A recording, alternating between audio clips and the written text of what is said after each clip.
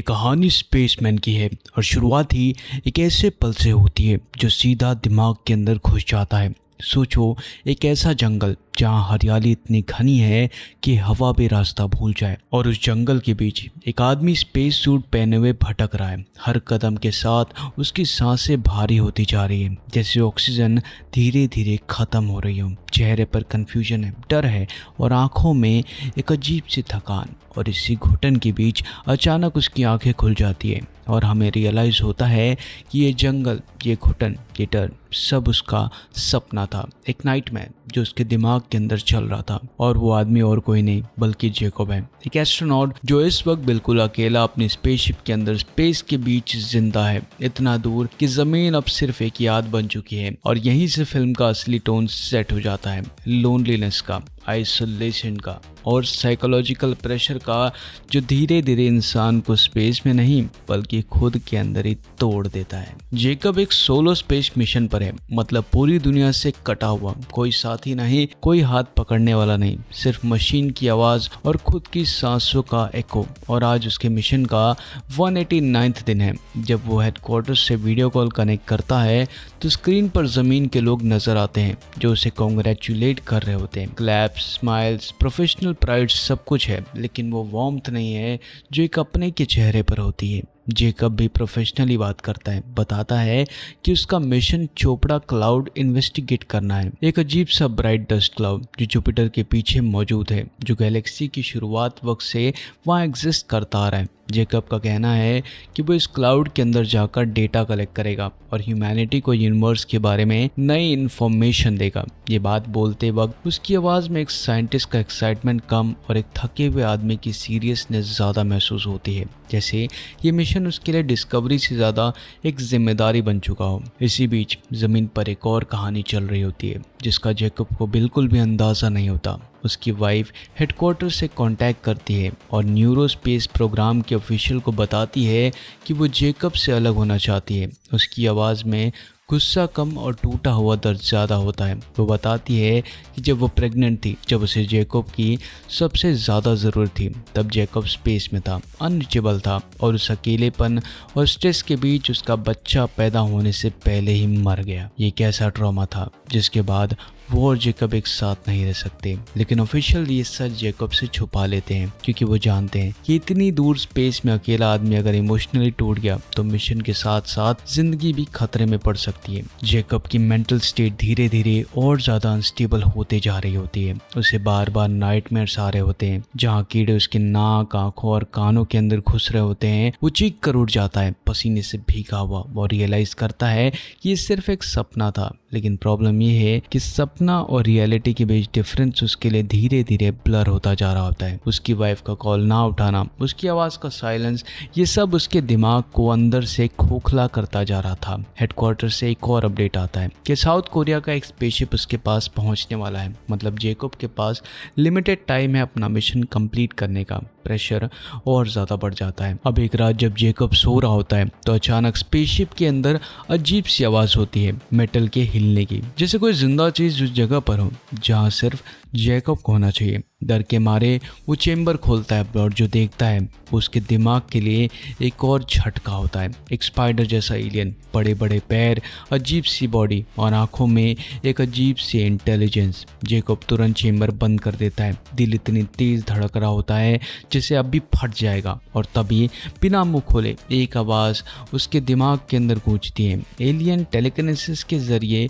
उससे बात करता है, कहता है कि डर मत, मैं तुम्हें नुकसान नहीं पहुंचाऊंगा। लेकिन जैकब का लॉजिकल दिमाग इसे हेलोसिनेशन मान रहा होता है। वो सोचता है कि शायद उसकी मेंटल कंडीशन इतनी खराब हो चुकी है कि उसे चीजें दिख रही हैं और जो असल में एग्जिस्ट भी नहीं करती हैं। जैकब हेडक्वार्टर्स को कॉल करके स्पेसशिप में पॉइजनस गैस रिलीज करने को कहता है ताकि अगर कोई एलियन है तो वो मर जाए। लेकिन जब गैस का इफेक्ट खत्म होता है और वो बाहर आता है तो देखता है कि एलियन जिंदा है, बिल्कुल शांत, बिल्कुल वैसे ही जैसे पहले था। और वो दोबारा दिमाग के अंदर बोलता है कि ना तो मुझे तुम्हारी गैस से नुकसान हुआ और ना ही मैं तुम्हें नुकसान पहुंचाने आया हूं। वो बताता है कि वो भी एक रिसर्चर है और जेकब की लोनलेस उसे महसूस हो रही है। जेकब इस बात से और ज़्यादा डिस्टर्ब हो जाता है, इतना कि वो स्लीपिंग पिल्स लेके सो जाता है। जब वो उठता है तो उसके सामने उसकी वाइफ की यादें चल रही होती है, उनका प्यार, उनकी हंसी, उनका साथ। जेकब पूछता है क्या ये सब एलियन कर रहा है। एलियन मान लेता है क्योंकि वो जेकब को उसका अकेलापन महसूस करवाना चाहता है। धीरे धीरे दोनों बात करने लगते हैं। जेकब एलियन को पीनट बटर खिलाता है जो उसे बहुत पसंद आता है। यहीं पर उनके बीच एक अजीब सी बॉन्डिंग शुरू हो जाती है। जेकब एलियन का नाम हनुस रख देता है। हनुस चोपड़ा क्लाउड के बारे में बहुत कुछ जानता है। बताता है कि ये क्लाउड गैलेक्सी के जन्म के वक्त से मौजूद है, जैसे यूनिवर्स का एक जख्म जो अभी भी चमक रहा है। हेनस जेकब को उसकी वाइफ और उसके फादर की यादें दिखाता है। जेकब बताता है कि उसका फादर मर चुका है और ये यादें उसे तोड़ देती है। इसी बीच चोपड़ा क्लाउड का एक पार्टिकल स्पेसशिप के अंदर आ जाता है। जेकब खुशी से भर जाता है, लेकिन हेनस बताता है कि इन पार्टिकल्स को पकड़ा नहीं जा सकता और तभी क्लाउड बहुत तेज स्पीड से उनकी तरफ बढ़ने लगता है। जेकब पैनिक कर जाता है, हाथ कांपने लगते हैं, लेकिन हेनस उसे हग करता है, शांत करता है और समझाता है कि ये क्लाउड नुकसान नहीं पहुंचाएगा, स्पेसशिप को सराउंड करेगा। इस एक्सपीरियंस के बाद हनुस जेकब के दिल के अंदर छुपे सच को देख लेता है कि कैसे जेकब ने अपनी वाइफ को अकेला छोड़ दिया था,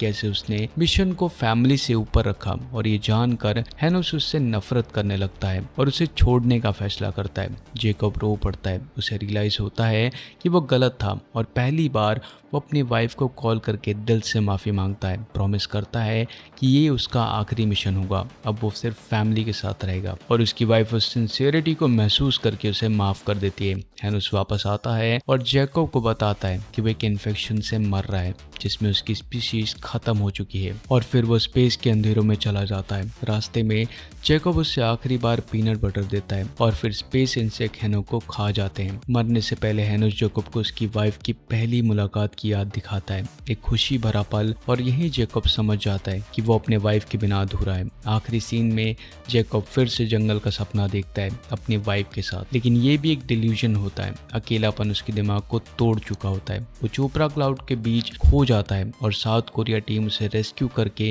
अर्थ पर वापस ले आती है। मिशन कंप्लीट हो चुका होता है और आखिर में जैकब अपनी वाइफ से मिलता है, इस बार बिना स्पेस सूट के, बिना डिस्टेंस के। और यहीं पर फिल्म खत्म हो जाती है एक साइलेंट प्रॉमिस के साथ कि अब वो कभी अपने प्यार को स्पेस के अंधेरों में अकेला नहीं छोड़ेगा। ये कहानी स्पेसमैन की है और शुरुआत ही एक ऐसे पल से होती है जो सीधा दिमाग के अंदर घुस जाता है। सोचो, एक ऐसा जंगल जहाँ हरियाली इतनी घनी है कि हवा भी रास्ता भूल जाए, और उस जंगल के बीच एक आदमी स्पेस सूट पहने हुए भटक रहा है। हर कदम के साथ उसकी सांसें भारी होती जा रही है, जैसे ऑक्सीजन धीरे धीरे खत्म हो रही हो। चेहरे पर कंफ्यूजन है, डर है और आंखों में एक अजीब सी थकान। और इसी घुटन के बीच अचानक उसकी आंखें खुल जाती है और हमें रियलाइज़ होता है कि ये जंगल, ये घुटन, ये डर सब उसका सपना था, एक नाइटमेयर जो उसके दिमाग के अंदर चल रहा था। और वो आदमी और कोई नहीं बल्कि जैकब है, एक एस्ट्रोनॉट जो इस वक्त बिल्कुल अकेला अपनी स्पेसशिप के अंदर स्पेस के बीच जिंदा है, इतना दूर कि जमीन अब सिर्फ एक याद बन चुकी है। और यहीं से फिल्म का असली टोन सेट हो जाता है, लोनलीनेस का, आइसोलेशन का और साइकोलॉजिकल प्रेशर का, जो धीरे धीरे इंसान को स्पेस में नहीं बल्कि खुद के अंदर ही तोड़ देता है। जैकब एक सोलो स्पेस मिशन पर है, मतलब पूरी दुनिया से कटा हुआ, कोई साथी नहीं, कोई हाथ पकड़ने वाला नहीं, सिर्फ मशीन की आवाज और खुद की सांसों का एको। और आज उसके मिशन का 189वां दिन है। जब वो हेडक्वार्टर से वीडियो कॉल कनेक्ट करता है तो स्क्रीन पर जमीन के लोग नजर आते हैं जो उसे कॉन्ग्रेचुलेट कर रहे होते हैं। क्लैप्स, स्माइल्स, प्रोफेशनल प्राइड सब कुछ है, लेकिन वो वार्मथ नहीं है जो एक अपने के चेहरे पर होती है। जैकब भी प्रोफेशनली बात करता है, बताता है कि उसका मिशन चोपड़ा क्लाउड इन्वेस्टिगेट करना है, एक अजीब सा ब्राइट डस्ट क्लाउड जो जुपिटर के पीछे मौजूद है, जो गैलेक्सी की शुरुआत वक्त से वहाँ एग्जिस्ट करता आ रहा है। जैकब का कहना है कि वो इस क्लाउड के अंदर जाकर डेटा कलेक्ट करेगा और ह्यूमैनिटी को यूनिवर्स के बारे में नई इन्फॉर्मेशन देगा। ये बात बोलते वक्त उसकी आवाज़ में एक साइंटिस्ट का एक्साइटमेंट कम और एक थके हुए आदमी की सीरियसनेस ज़्यादा महसूस होती है, जैसे ये मिशन उसके लिए डिस्कवरी से ज़्यादा एक जिम्मेदारी बन चुका हो। इसी बीच ज़मीन पर एक और कहानी चल रही होती है जिसका जैकब को बिल्कुल भी अंदाज़ा नहीं होता। उसकी वाइफ हेडक्वार्टर से कांटेक्ट करती है और न्यूरोस्पेस प्रोग्राम के ऑफिशियल को बताती है कि वो जेकब से अलग होना चाहती है। उसकी आवाज़ में गुस्सा कम और टूटा हुआ दर्द ज़्यादा होता है। वो बताती है कि जब वो प्रेग्नेंट थी, जब उसे जेकब की सबसे ज़्यादा ज़रूरत थी, तब जेकब स्पेस में था, अनरीचेबल था और उस अकेलेपन और स्ट्रेस के बीच उसका बच्चा पैदा होने से पहले ही मर गया। ये कैसा ट्रॉमा था जिसके बाद वो और जेकब एक साथ नहीं रह सकते। लेकिन ऑफिशियल ये सच जेकब से छुपा लेते हैं क्योंकि वो जानते हैं कि इतनी दूर स्पेस में अकेला आदमी अगर इमोशनली टूट गया तो मिशन के साथ साथ जिंदगी भी खतरे में पड़ सकती है। जेकब की मेंटल स्टेट धीरे धीरे और ज्यादा अनस्टेबल होते जा रही होती है। उसे बार बार नाइटमेयर्स आ रहे होते हैं जहाँ कीड़े उसके नाक, आंखों और कानों के अंदर घुस रहे होते हैं। वो चीख कर उठ जाता है पसीने से भीगा हुआ और रियलाइज करता है कि ये सिर्फ एक सपना था। लेकिन प्रॉब्लम ये है कि सपना और रियलिटी के बीच डिफरेंस उसके लिए धीरे धीरे ब्लर होता जा रहा होता है। उसकी वाइफ का कॉल ना उठाना, उसकी आवाज़ का साइलेंस, ये सब उसके दिमाग को अंदर से खोखला करता जा रहा था। हेडक्वार्टर से एक और अपडेट आता है कि साउथ कोरिया का एक स्पेसशिप उसके पास पहुंचने वाला है। मतलब जेकब के पास लिमिटेड टाइम है अपना मिशन कंप्लीट करने का। प्रेशर और ज़्यादा बढ़ जाता है। अब एक रात जब जेकब सो रहा होता है तो अचानक स्पेसशिप के अंदर अजीब सी आवाज़ होती है, मेटल के हिलने की, जैसे कोई जिंदा चीज़ उस जगह पर हो जहाँ सिर्फ जेकब को होना चाहिए। डर के मारे वो चेम्बर खोलता है और जो देखता है वो उसके दिमाग के लिए एक और झटका होता है। एक स्पाइडर जैसा एलियन, बड़े बड़े पैर, अजीब सी बॉडी और आंखों में एक अजीब सी इंटेलिजेंस। जेकब तुरंत चेम्बर बंद कर देता है। दिल इतनी तेज धड़क रहा होता है जैसे अभी फट जाएगा और तभी बिना मुंह खोले एक आवाज़ उसके दिमाग के अंदर गूंजती है। एलियन टेलीकिनेसिस के जरिए उससे बात करता है, कहता है कि डर मत, मैं तुम्हें नुकसान नहीं पहुंचाऊंगा। लेकिन जेकब का लॉजिकल दिमाग इसे हेलोसिनेशन मान रहा होता है। वो सोचता है कि शायद उसकी मेंटल कंडीशन इतनी खराब हो चुकी है कि उसे चीजें दिख रही हैं और जो असल में एग्जिस्ट भी नहीं करती हैं। जेकब हेडक्वार्टर्स को कॉल करके स्पेसशिप में पॉइजनस गैस रिलीज करने को कहता है ताकि अगर कोई एलियन है तो वो मर जाए। लेकिन जब गैस का इफेक्ट खत्म होता है और वो बाहर आता है तो देखता है कि एलियन जिंदा है, बिल्कुल शांत, बिल्कुल वैसे ही जैसे पहले था। और वो दोबारा दिमाग के अंदर बोलता है कि ना तो मुझे तुम्हारी गैस से नुकसान हुआ और ना ही मैं तुम्हें नुकसान पहुंचाने आया हूँ। वो बताता है कि वो भी एक रिसर्चर है और जेकब की लोनलेस उसे महसूस हो रही है। जेकब इस बात से और ज़्यादा डिस्टर्ब हो जाता है, इतना कि वो स्लीपिंग पिल्स लेके सो जाता है। जब वो उठता है तो उसके सामने उसकी वाइफ की यादें चल रही होती है, उनका प्यार, उनकी हंसी, उनका साथ। जेकब पूछता है क्या ये सब एलियन कर रहा है। एलियन मान लेता है क्योंकि वो जेकब को उसका अकेलापन महसूस करवाना चाहता है। धीरे धीरे दोनों बात करने लगते हैं। जेकब एलियन को पीनट बटर खिलाता है जो उसे बहुत पसंद आता है। यहीं पर उनके बीच एक अजीब सी बॉन्डिंग शुरू हो जाती है। जेकब एलियन का नाम हनुस रख देता है। हनुस चोपड़ा क्लाउड के बारे में बहुत कुछ जानता है। बताता है कि ये क्लाउड गैलेक्सी के जन्म के वक्त से मौजूद है, जैसे यूनिवर्स का एक जख्म जो अभी भी चमक रहा है। हेनस जेकब को उसकी वाइफ और उसके फादर की यादें दिखाता है। जेकब बताता है कि उसका फादर मर चुका है और ये यादें उसे तोड़ देती है। इसी बीच चोपड़ा क्लाउड का एक पार्टिकल स्पेसशिप के अंदर आ जाता है। जेकब खुशी से भर जाता है, लेकिन हेनस बताता है कि इन पार्टिकल्स को पकड़ा नहीं जा सकता और तभी क्लाउड बहुत तेज स्पीड से उनकी तरफ बढ़ने लगता है। जेकब पैनिक कर जाता है, हाथ कांपने लगते हैं, लेकिन हेनस उसे हग करता है, शांत करता है और समझाता है कि ये क्लाउड नुकसान नहीं पहुंचाएगा, स्पेसशिप को सराउंड करेगा। इस एक्सपीरियंस के बाद हनुस जेकब के दिल के अंदर छुपे सच को देख लेता है कि कैसे जेकब ने अपनी वाइफ को अकेला छोड़ दिया था, कैसे उसने मिशन को फैमिली से ऊपर रखा। और ये जानकर हेनुस उससे नफरत करने लगता है और उसे छोड़ने का फैसला करता है। जेकब रो पड़ता है, उसे रियलाइज होता है कि वो गलत था और पहली बार वो अपनी वाइफ को कॉल करके दिल से माफ़ी मांगता है। प्रॉमिस करता है कि ये उसका आखिरी मिशन होगा, अब वो सिर्फ फैमिली के साथ रहेगा। और उसकी वाइफ उस सिंसियरिटी को महसूस करके उसे माफ़ कर देती है।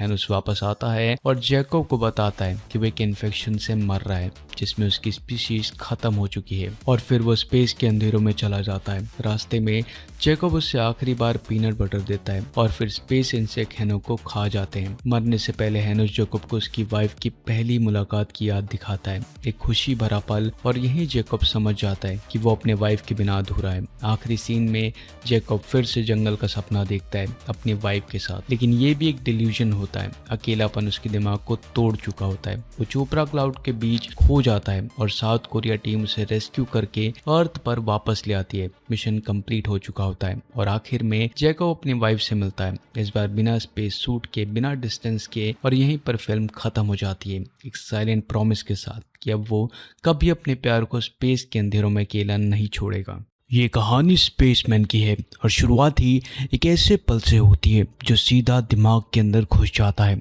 सोचो, एक ऐसा जंगल जहाँ हरियाली इतनी घनी है कि हवा भी रास्ता भूल जाए, और उस जंगल के बीच एक आदमी स्पेस सूट पहने हुए भटक रहा है। हर कदम के साथ उसकी सांसें भारी होती जा रही है, जैसे ऑक्सीजन धीरे धीरे खत्म हो रही हो। चेहरे पर कंफ्यूजन है, डर है और आंखों में एक अजीब सी थकान। और इसी घुटन के बीच अचानक उसकी आंखें खुल जाती है और हमें रियलाइज़ होता है कि ये जंगल, ये घुटन, ये डर सब उसका सपना था, एक नाइटमेयर जो उसके दिमाग के अंदर चल रहा था। और वो आदमी और कोई नहीं बल्कि जेकब है, एक एस्ट्रोनॉट जो इस वक्त बिल्कुल अकेला अपनी स्पेसशिप के अंदर स्पेस के बीच जिंदा है, इतना दूर कि जमीन अब सिर्फ एक याद बन चुकी है। और यहीं से फिल्म का असली टोन सेट हो जाता है, लोनलीनेस का, आइसोलेशन का और साइकोलॉजिकल प्रेशर का, जो धीरे धीरे इंसान को स्पेस में नहीं बल्कि खुद के अंदर ही तोड़ देता है। जेकब एक सोलो स्पेस मिशन पर है, मतलब पूरी दुनिया से कटा हुआ, कोई साथी नहीं, कोई हाथ पकड़ने वाला नहीं, सिर्फ मशीन की आवाज और खुद की सांसों का एको। और आज उसके मिशन का 189वां दिन है। जब वो हेडक्वार्टर से वीडियो कॉल कनेक्ट करता है तो स्क्रीन पर जमीन के लोग नजर आते हैं जो उसे कॉन्ग्रेचुलेट कर रहे होते हैं। क्लैप्स, स्माइल्स, प्रोफेशनल प्राइड सब कुछ है, लेकिन वो वार्मथ नहीं है जो एक अपने के चेहरे पर होती है। जेकब भी प्रोफेशनली बात करता है, बताता है कि उसका मिशन चोपड़ा क्लाउड इन्वेस्टिगेट करना है, एक अजीब सा ब्राइट डस्ट क्लाउड जो जुपिटर के पीछे मौजूद है, जो गैलेक्सी की शुरुआत वक्त से वहाँ एग्जिस्ट करता आ रहा है। जेकब का कहना है कि वो इस क्लाउड के अंदर जाकर डेटा कलेक्ट करेगा और ह्यूमैनिटी को यूनिवर्स के बारे में नई इन्फॉर्मेशन देगा। ये बात बोलते वक्त उसकी आवाज़ में एक साइंटिस्ट का एक्साइटमेंट कम और एक थके हुए आदमी की सीरियसनेस ज़्यादा महसूस होती है, जैसे ये मिशन उसके लिए डिस्कवरी से ज़्यादा एक जिम्मेदारी बन चुका हो। इसी बीच ज़मीन पर एक और कहानी चल रही होती है जिसका जेकब को बिल्कुल भी अंदाज़ा नहीं होता। उसकी वाइफ हेडक्वार्टर से कांटेक्ट करती है और न्यूरो स्पेस प्रोग्राम के ऑफिशियल को बताती है कि वो जेकब से अलग होना चाहती है। उसकी आवाज़ में गुस्सा कम और टूटा हुआ दर्द ज़्यादा होता है। वो बताती है कि जब वो प्रेग्नेंट थी, जब उसे जेकब की सबसे ज़्यादा ज़रूरत थी, तब जेकब स्पेस में था, अनरीचेबल था, और उस अकेलेपन और स्ट्रेस के बीच उसका बच्चा पैदा होने से पहले ही मर गया। ये कैसा ट्रॉमा था जिसके बाद वो और जेकब एक साथ नहीं रह सकते। लेकिन ऑफिशियल ये सच जेकब से छुपा लेते हैं क्योंकि वो जानते हैं कि इतनी दूर स्पेस में अकेला आदमी अगर इमोशनली टूट गया तो मिशन के साथ साथ जिंदगी भी खतरे में पड़ सकती है। जेकब की मेंटल स्टेट धीरे धीरे और ज्यादा अनस्टेबल होते जा रही होती है। उसे बार बार नाइटमेयर्स आ रहे होते हैं जहाँ कीड़े उसके नाक, आंखों और कानों के अंदर घुस रहे होते हैं। वो चीख कर उठ जाता है पसीने से भीगा हुआ और रियलाइज करता है कि ये सिर्फ एक सपना था। लेकिन प्रॉब्लम ये है कि सपना और रियलिटी के बीच डिफरेंस उसके लिए धीरे धीरे ब्लर होता जा रहा होता है। उसकी वाइफ का कॉल ना उठाना, उसकी आवाज़ का साइलेंस, ये सब उसके दिमाग को अंदर से खोखला करता जा रहा था। हेडक्वार्टर से एक और अपडेट आता है कि साउथ कोरिया का एक स्पेसशिप उसके पास पहुंचने वाला है। मतलब जेकब के पास लिमिटेड टाइम है अपना मिशन कंप्लीट करने का। प्रेशर और ज़्यादा बढ़ जाता है। अब एक रात जब जेकब सो रहा होता है तो अचानक स्पेसशिप के अंदर अजीब सी आवाज़ होती है, मेटल के हिलने की, जैसे कोई जिंदा चीज़ उस जगह पर हो जहाँ सिर्फ जेकब को होना चाहिए। डर के मारे वो चेम्बर खोलता है और जो देखता है उसके दिमाग के लिए एक और झटका होता है। एक स्पाइडर जैसा एलियन, बड़े बड़े पैर, अजीब सी बॉडी और आंखों में एक अजीब सी इंटेलिजेंस। जेकब तुरंत चेम्बर बंद कर देता है। दिल इतनी तेज धड़क रहा होता है जैसे अभी फट जाएगा, और तभी बिना मुंह खोले एक आवाज़ उसके दिमाग के अंदर गूंजती है। एलियन टेलीकिनेसिस के जरिए उससे बात करता है, कहता है कि डर मत, मैं तुम्हें नुकसान नहीं पहुंचाऊंगा। लेकिन जेकब का लॉजिकल दिमाग इसे हेलोसिनेशन मान रहा होता है। वो सोचता है कि शायद उसकी मेंटल कंडीशन इतनी खराब हो चुकी है कि उसे चीजें दिख रही हैं और जो असल में एग्जिस्ट भी नहीं करती हैं। जेकब हेडक्वार्टर्स को कॉल करके स्पेसशिप में पॉइजनस गैस रिलीज करने को कहता है ताकि अगर कोई एलियन है तो वो मर जाए। लेकिन जब गैस का इफेक्ट खत्म होता है और वो बाहर आता है तो देखता है कि एलियन जिंदा है, बिल्कुल शांत, बिल्कुल वैसे ही जैसे पहले था। और वो दोबारा दिमाग के अंदर बोलता है कि ना तो मुझे तुम्हारी गैस से नुकसान हुआ और ना ही मैं तुम्हें नुकसान पहुंचाने आया हूँ। वो बताता है कि वो भी एक रिसर्चर है और जेकब की लोनलेस उसे महसूस हो रही है। जेकब इस बात से और ज़्यादा डिस्टर्ब हो जाता है, इतना कि वो स्लीपिंग पिल्स लेके सो जाता है। जब वो उठता है तो उसके सामने उसकी वाइफ की यादें चल रही होती है, उनका प्यार, उनकी हंसी, उनका साथ। जेकब पूछता है क्या ये सब एलियन कर रहा है। एलियन मान लेता है क्योंकि वो जेकब को उसका अकेलापन महसूस करवाना चाहता है। धीरे धीरे दोनों बात करने लगते हैं। जेकब एलियन को पीनट बटर खिलाता है जो उसे बहुत पसंद आता है। यहीं पर उनके बीच एक अजीब सी बॉन्डिंग शुरू हो जाती है। जेकब एलियन का नाम हनुस रख देता है। हनुस चोपड़ा क्लाउड के बारे में बहुत कुछ जानता है। बताता है कि ये क्लाउड गैलेक्सी के जन्म के वक्त से मौजूद है, जैसे यूनिवर्स का एक जख्म जो अभी भी चमक रहा है। हेनस जेकब को उसकी वाइफ और उसके फादर की यादें दिखाता है। जेकब बताता है कि उसका फादर मर चुका है और ये यादें उसे तोड़ देती है। इसी बीच चोपड़ा क्लाउड का एक पार्टिकल स्पेसशिप के अंदर आ जाता है। जेकब खुशी से भर जाता है, लेकिन हेनस बताता है कि इन पार्टिकल्स को पकड़ा नहीं जा सकता और तभी क्लाउड बहुत तेज स्पीड से उनकी तरफ बढ़ने लगता है। जेकब पैनिक कर जाता है, हाथ कांपने लगते हैं, लेकिन हेनस उसे हग करता है, शांत करता है और समझाता है कि ये क्लाउड नुकसान नहीं पहुंचाएगा, स्पेसशिप को सराउंड करेगा। इस एक्सपीरियंस के बाद हनुस जेकब के दिल के अंदर छुपे सच को देख लेता है कि कैसे जेकब ने अपनी वाइफ को अकेला छोड़ दिया था, कैसे उसने मिशन को फैमिली से ऊपर रखा। और ये जानकर हनुस उससे नफरत करने लगता है और उसे छोड़ने का फैसला करता है। जेकब रो पड़ता है, उसे रियलाइज होता है कि वो गलत था और पहली बार वो अपनी वाइफ को कॉल करके दिल से माफ़ी मांगता है। प्रॉमिस करता है कि ये उसका आखिरी मिशन होगा, अब वो सिर्फ फैमिली के साथ रहेगा। और उसकी वाइफ उस सिंसियरिटी को महसूस करके उसे माफ़ कर देती है। हेनस वापस आता है और जेकब को बताता है कि वो एक इन्फेक्शन से मर रहा है जिसमें उसकी स्पीशीज खत्म हो चुकी है। और फिर वो स्पेस के अंधेरों में चला जाता है। रास्ते में जेकब उससे आखिरी बार पीनट बटर देता है और फिर स्पेस इंसेक्ट हेनो को खा जाते हैं। मरने से पहले हेनस जेकब को उसकी वाइफ की पहली मुलाकात की याद दिखाता है, एक खुशी भरा पल। और यही जेकब समझ जाता है कि वो अपने वाइफ के बिना अधूरा है। आखिरी सीन में जेकब फिर से जंगल का सपना देखता है अपनी वाइफ के साथ, लेकिन ये भी एक डिल्यूजन होता है। अकेलापन उसके दिमाग को तोड़ चुका होता है। वो चोपड़ा क्लाउड के बीच खो जाता है और साउथ कोरिया टीम उसे रेस्क्यू करके अर्थ पर वापस ले आती है। मिशन कंप्लीट हो चुका होता है और आखिर में जेकब अपनी वाइफ से मिलता है, इस बार बिना स्पेस सूट के, बिना डिस्टेंस के। और यहीं पर फिल्म खत्म हो जाती है एक साइलेंट प्रॉमिस के साथ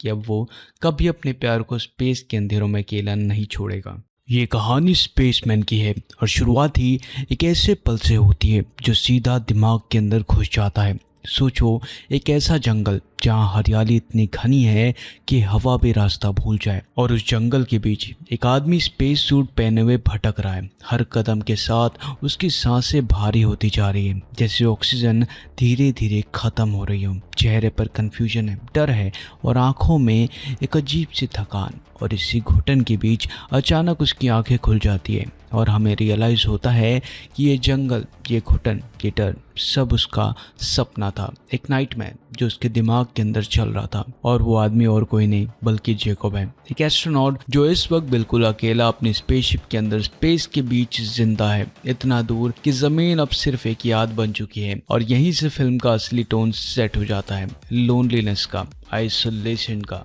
और साइकोलॉजिकल प्रेशर का, जो धीरे धीरे इंसान को स्पेस में नहीं बल्कि खुद के अंदर ही तोड़ देता है। जेकब एक सोलो स्पेस मिशन पर है, मतलब पूरी दुनिया से कटा हुआ, कोई साथी नहीं, कोई हाथ पकड़ने वाला नहीं, सिर्फ मशीन की आवाज और खुद की सांसों का एको। और आज उसके मिशन का 189वां दिन है। जब वो हेडक्वार्टर से वीडियो कॉल कनेक्ट करता है तो स्क्रीन पर जमीन के लोग नजर आते हैं जो उसे कॉन्ग्रेचुलेट कर रहे होते हैं। क्लैप्स, स्माइल्स, प्रोफेशनल प्राइड सब कुछ है, लेकिन वो वार्मथ नहीं है जो एक अपने के चेहरे पर होती है। जेकब भी प्रोफेशनली बात करता है, बताता है कि उसका मिशन चोपड़ा क्लाउड इन्वेस्टिगेट करना है, एक अजीब सा ब्राइट डस्ट क्लाउड जो जुपिटर के पीछे मौजूद है, जो गैलेक्सी की शुरुआत वक्त से वहाँ एग्जिस्ट करता आ रहा है। जेकब का कहना है कि वो इस क्लाउड के अंदर जाकर डेटा कलेक्ट करेगा और ह्यूमैनिटी को यूनिवर्स के बारे में नई इन्फॉर्मेशन देगा। ये बात बोलते वक्त उसकी आवाज़ में एक साइंटिस्ट का एक्साइटमेंट कम और एक थके हुए आदमी की सीरियसनेस ज़्यादा महसूस होती है,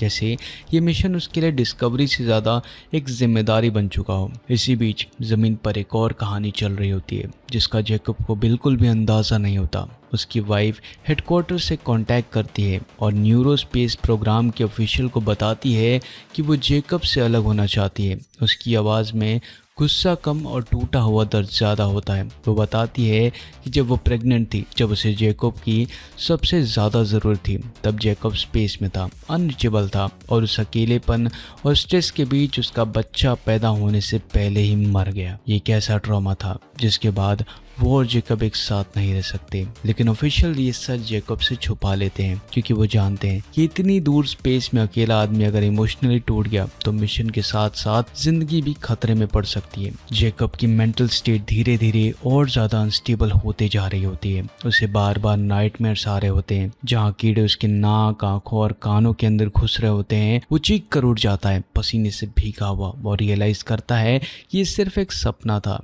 लेकिन प्रॉब्लम ये है कि सपना और रियलिटी के बीच डिफरेंस उसके लिए धीरे धीरे ब्लर होता जा रहा होता है। उसकी वाइफ का कॉल ना उठाना, उसकी आवाज़ का साइलेंस, ये सब उसके दिमाग को अंदर से खोखला करता जा रहा था। हेडक्वार्टर से एक और अपडेट आता है कि साउथ कोरिया का एक स्पेसशिप उसके पास पहुंचने वाला है। मतलब जेकब के पास लिमिटेड टाइम है अपना मिशन कंप्लीट करने का। प्रेशर और ज़्यादा बढ़ जाता है। अब एक रात जब जेकब सो रहा होता है तो अचानक स्पेसशिप के अंदर अजीब सी आवाज़ होती है, मेटल के हिलने की, जैसे कोई जिंदा चीज़ उस जगह पर हो जहाँ सिर्फ जेकब को होना चाहिए। डर के मारे वो चेम्बर खोलता है और जो देखता है वो उसके दिमाग के लिए एक और झटका होता है। एक स्पाइडर जैसा एलियन, बड़े बड़े पैर, अजीब सी बॉडी और आंखों में एक अजीब सी इंटेलिजेंस। जेकब तुरंत चेम्बर बंद कर देता है। दिल इतनी तेज धड़क रहा होता है जैसे अभी फट जाएगा और तभी बिना मुंह खोले एक आवाज़ उसके दिमाग के अंदर गूंजती है। एलियन टेलीकिनेसिस के जरिए उससे बात करता है, कहता है कि डर मत, मैं तुम्हें नुकसान नहीं पहुंचाऊंगा। लेकिन जेकब का लॉजिकल दिमाग इसे हेलोसिनेशन मान रहा होता है। वो सोचता है कि शायद उसकी मेंटल कंडीशन इतनी खराब हो चुकी है कि उसे चीजें दिख रही हैं और जो असल में एग्जिस्ट भी नहीं करती हैं। जेकब हेडक्वार्टर्स को कॉल करके स्पेसशिप में पॉइजनस गैस रिलीज करने को कहता है ताकि अगर कोई एलियन है तो वो मर जाए। लेकिन जब गैस का इफेक्ट खत्म होता है और वो बाहर आता है तो देखता है कि एलियन जिंदा है, बिल्कुल शांत, बिल्कुल वैसे ही जैसे पहले था। और वो दोबारा दिमाग के अंदर बोलता है कि ना तो मुझे तुम्हारी गैस से नुकसान हुआ और ना ही मैं तुम्हें नुकसान पहुंचाने आया हूँ। वो बताता है कि वो भी एक रिसर्चर है और जेकब की लोनलेस उसे महसूस हो रही है। जेकब इस बात से और ज़्यादा डिस्टर्ब हो जाता है, इतना कि वो स्लीपिंग पिल्स लेके सो जाता है। जब वो उठता है तो उसके सामने उसकी वाइफ की यादें चल रही होती है, उनका प्यार, उनकी हंसी, उनका साथ। जेकब पूछता है क्या ये सब एलियन कर रहा है। एलियन मान लेता है क्योंकि वो जेकब को उसका अकेलापन महसूस करवाना चाहता है। धीरे धीरे दोनों बात करने लगते हैं। जेकब एलियन को पीनट बटर खिलाता है जो उसे बहुत पसंद आता है। यहीं पर उनके बीच एक अजीब सी बॉन्डिंग शुरू हो जाती है। जेकब एलियन का नाम हनुस रख देता है। हनुस चोपड़ा क्लाउड के बारे में बहुत कुछ जानता है। बताता है कि ये क्लाउड गैलेक्सी के जन्म के वक्त से मौजूद है, जैसे यूनिवर्स का एक जख्म जो अभी भी चमक रहा है। हेनस जेकब को उसकी वाइफ और उसके फादर की यादें दिखाता है। जेकब बताता है कि उसका फादर मर चुका है और ये यादें उसे तोड़ देती है। इसी बीच चोपड़ा क्लाउड का एक पार्टिकल स्पेसशिप के अंदर आ जाता है। जेकब खुशी से भर जाता है, लेकिन हेनस बताता है कि इन पार्टिकल्स को पकड़ा नहीं जा सकता और तभी क्लाउड बहुत तेज स्पीड से उनकी तरफ बढ़ने लगता है। जेकब पैनिक कर जाता है, हाथ कांपने लगते हैं, लेकिन हेनस उसे हग करता है, शांत करता है और समझाता है कि ये क्लाउड नुकसान नहीं पहुंचाएगा, स्पेसशिप को सराउंड करेगा। इस एक्सपीरियंस के बाद हनुस जेकब के दिल के अंदर छुपे सच को देख लेता है कि कैसे जेकब ने अपनी वाइफ को अकेला छोड़ दिया था, कैसे उसने मिशन को फैमिली से ऊपर रखा। और ये जानकर हनुस उससे नफरत करने लगता है और उसे छोड़ने का फैसला करता है। जेकब रो पड़ता है, उसे रियलाइज होता है कि वो गलत था और पहली बार वो अपनी वाइफ को कॉल करके दिल से माफ़ी मांगता है, प्रॉमिस करता है है कि ये उसका आखिरी मिशन होगा, अब वो सिर्फ फैमिली के साथ रहेगा और उसकी वाइफ उस सिंसियरिटी को महसूस करके उसे माफ कर देती है। हैनोस वापस आता है और जैकब को बताता है कि वो एक इन्फेक्शन से मर रहा है जिसमें उसकी स्पीशीज खत्म हो चुकी है और फिर वो स्पेस के अंधेरों में चला जाता है। रास्ते में जैकब उससे आखिरी बार पीनट बटर देता है और फिर स्पेस इंसेक्ट हैनोस को खा जाते हैं। मरने से पहले हैनोस जैकब को उसकी वाइफ की पहली मुलाकात की याद दिखाता है, एक खुशी भरा पल, और यही जैकब समझ जाता है कि वो अपने वाइफ के बिना अधूरा है। आखिरी सीन में जैकब फिर से जंगल का सपना देखता है अपनी वाइफ के साथ, लेकिन ये भी एक डिल्यूजन होता है। अकेलापन उसके दिमाग को तोड़ चुका होता है। वो चोपड़ा क्लाउड के बीच खो जाता है और साउथ कोरिया टीम उसे रेस्क्यू करके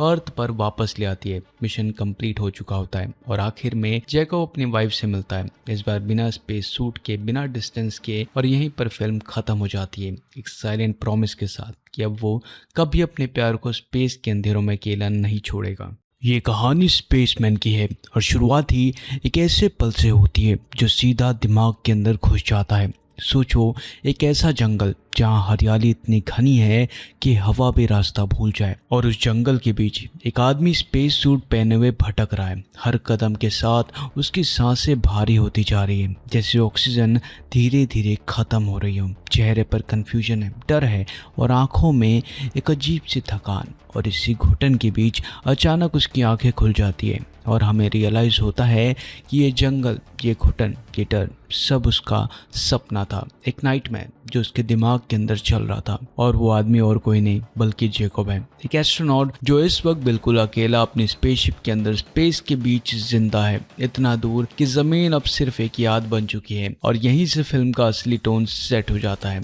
लोनलीनेस का, आइसोलेशन का और साइकोलॉजिकल प्रेशर का, जो धीरे धीरे इंसान को स्पेस में नहीं बल्कि खुद के अंदर ही तोड़ देता है। जैकब एक सोलो स्पेस मिशन पर है, मतलब पूरी दुनिया से कटा हुआ, कोई साथी नहीं, कोई हाथ पकड़ने वाला नहीं, सिर्फ मशीन की आवाज और खुद की सांसों का एको। और आज उसके मिशन का 189वां दिन है। जब वो हेडक्वार्टर से वीडियो कॉल कनेक्ट करता है तो स्क्रीन पर जमीन के लोग नजर आते हैं जो उसे कॉन्ग्रेचुलेट कर रहे होते हैं। क्लैप्स, स्माइल्स, प्रोफेशनल प्राइड सब कुछ है, लेकिन वो वार्मथ नहीं है जो एक अपने के चेहरे पर होती है। जैकब भी प्रोफेशनली बात करता है, बताता है कि उसका मिशन चोपड़ा क्लाउड इन्वेस्टिगेट करना है, एक अजीब सा ब्राइट डस्ट क्लाउड जो जुपिटर के पीछे मौजूद है, जो गैलेक्सी की शुरुआत वक्त से वहाँ एग्जिस्ट करता आ रहा है। जैकब का कहना है कि वो इस क्लाउड के अंदर जाकर डेटा कलेक्ट करेगा और ह्यूमैनिटी को यूनिवर्स के बारे में नई इन्फॉर्मेशन देगा। ये बात बोलते वक्त उसकी आवाज़ में एक साइंटिस्ट का एक्साइटमेंट कम और एक थके हुए आदमी की सीरियसनेस ज़्यादा महसूस होती है,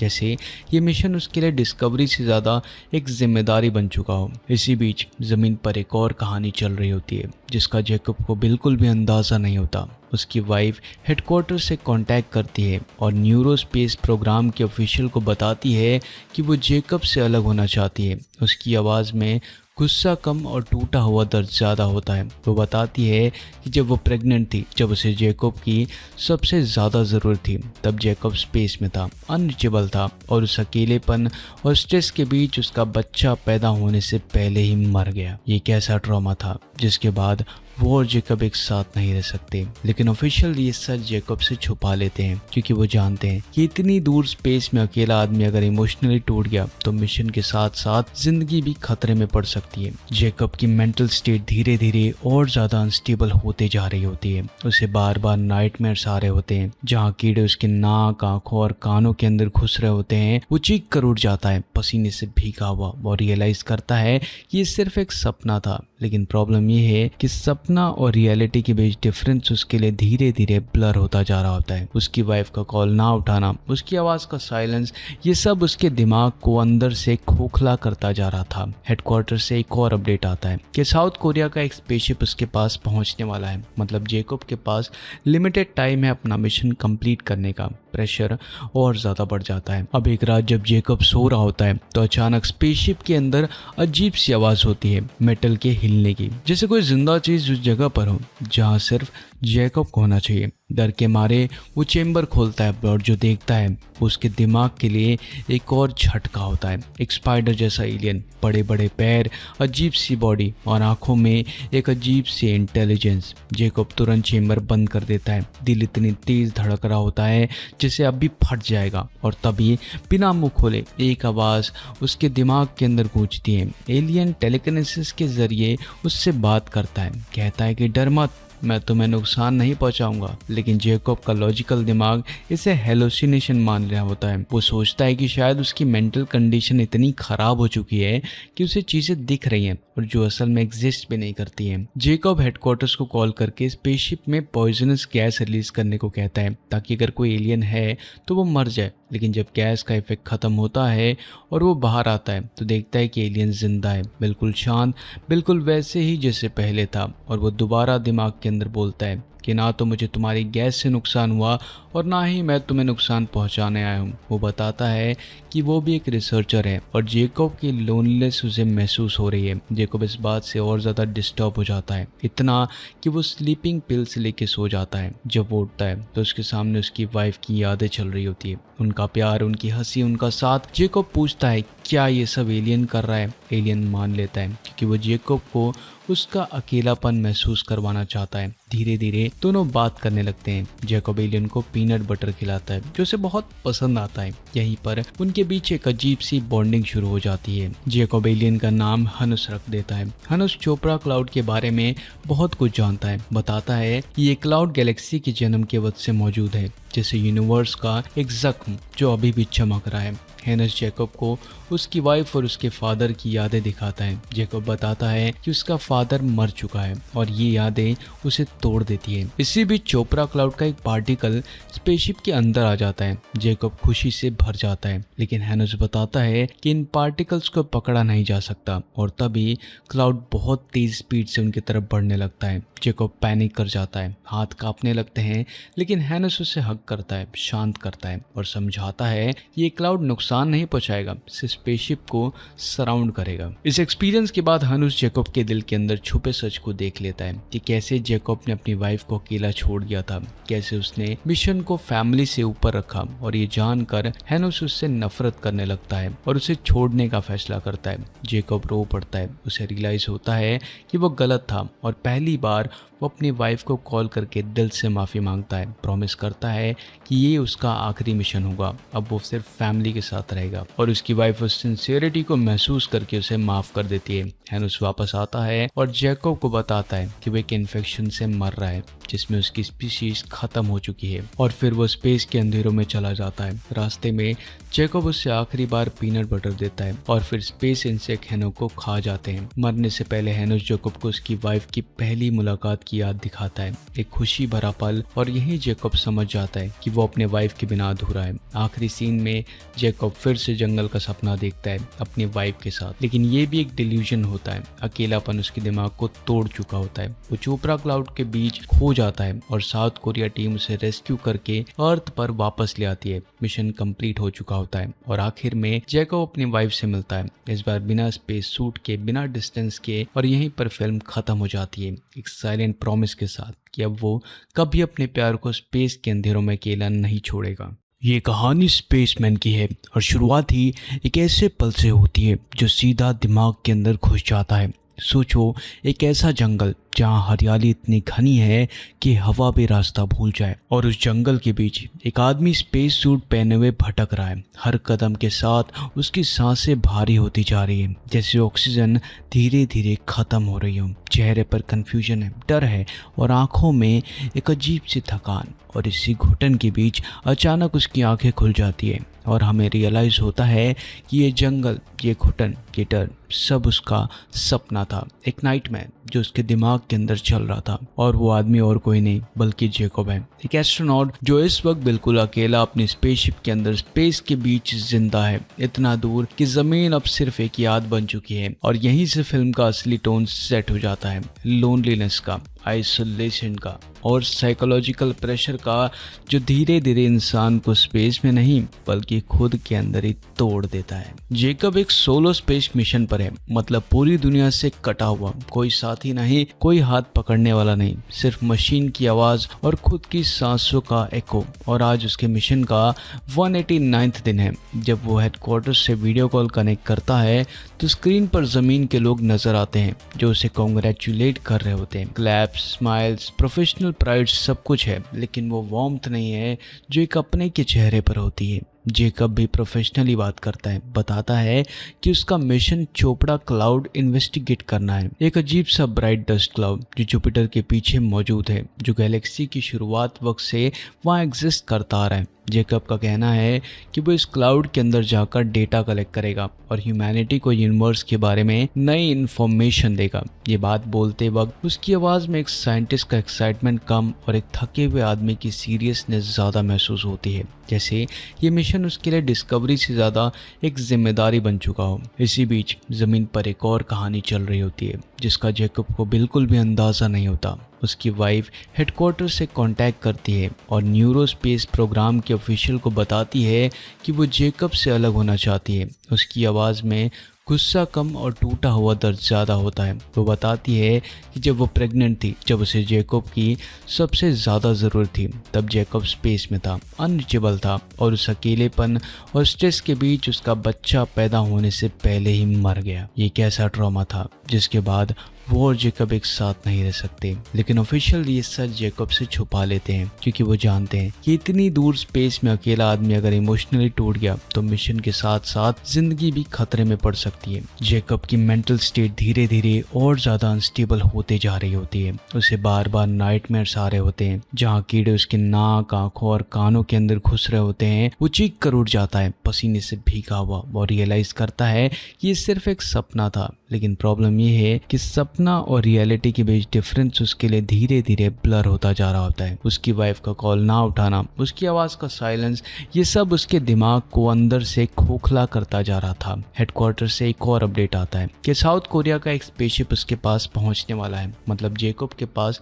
लिमिटेड टाइम है अपना मिशन कंप्लीट करने का। प्रेशर और ज़्यादा बढ़ जाता है। अब एक रात जब जेकब सो रहा होता है तो अचानक स्पेसशिप के अंदर अजीब सी आवाज़ होती है, मेटल के हिलने की, जैसे कोई जिंदा चीज़ उस जगह पर हो जहाँ सिर्फ जेकब को होना चाहिए। डर के मारे वो चेम्बर खोलता है और जो देखता है उसके दिमाग के लिए एक और झटका होता है। एक स्पाइडर जैसा एलियन, बड़े बड़े पैर, अजीब सी बॉडी और आंखों में एक अजीब सी इंटेलिजेंस। जेकब तुरंत चेम्बर बंद कर देता है। दिल इतनी तेज धड़क रहा होता है जिसे अभी फट जाएगा और तभी बिना मुंह खोले एक आवाज़ उसके दिमाग के अंदर गूंजती है। एलियन टेलीकिनेसिस के जरिए उससे बात करता है, कहता है कि डर मत, मैं तुम्हें नुकसान नहीं पहुंचाऊंगा। लेकिन जेकब का लॉजिकल दिमाग इसे हेलोसिनेशन मान रहा होता है। वो सोचता है कि शायद उसकी मेंटल कंडीशन इतनी खराब हो चुकी है कि उसे चीजें दिख रही हैं और जो असल में एग्जिस्ट भी नहीं करती हैं। जेकब हेडक्वार्टर्स को कॉल करके स्पेसशिप में पॉइजनस गैस रिलीज करने को कहता है ताकि अगर कोई एलियन है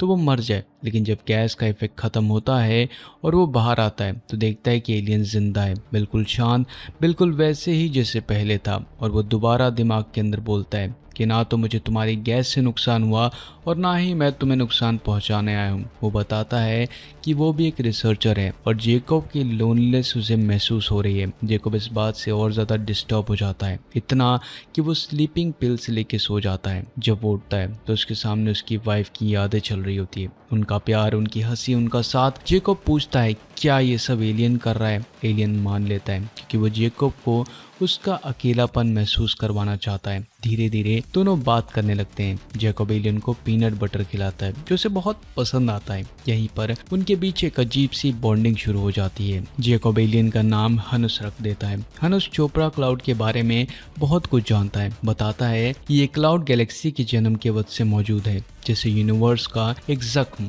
जो अभी भी चमक रहा है। हेनस जेकब को उसकी वाइफ और उसके फादर की यादें दिखाता है। जेकब बताता है कि उसका फादर मर चुका है और ये यादें उसे तोड़ देती है। इसी बीच चोपड़ा क्लाउड का एक पार्टिकल स्पेसशिप के अंदर आ जाता है। जेकब खुशी से भर जाता है, लेकिन हेनस बताता है कि इन पार्टिकल्स को पकड़ा नहीं जा सकता और तभी क्लाउड बहुत तेज स्पीड से उनकी तरफ बढ़ने लगता है। जेकब पैनिक कर जाता है, हाथ कांपने लगते हैं, लेकिन हैनस उसे हग करता है, शांत करता है और समझाता है कि ये क्लाउड नुकसान नहीं पहुंचाएगा, स्पेसशिप को सराउंड करेगा। इस एक्सपीरियंस के बाद हनुस जेकब के दिल के अंदर छुपे सच को देख लेता है कि कैसे जेकब ने अपनी वाइफ को अकेला छोड़ दिया था, कैसे उसने मिशन को फैमिली से ऊपर रखा, और ये जानकर हैनस उससे नफरत करने लगता है और उसे छोड़ने का फैसला करता है। जेकब रो पड़ता है, उसे रियलाइज होता है कि वो गलत था और पहली बार वो अपनी वाइफ को कॉल करके दिल से माफ़ी मांगता है, प्रॉमिस करता है कि ये उसका आखिरी मिशन होगा, अब वो सिर्फ फैमिली के साथ रहेगा। और उसकी वाइफ उस सिंसियरिटी को महसूस करके उसे माफ़ कर देती है।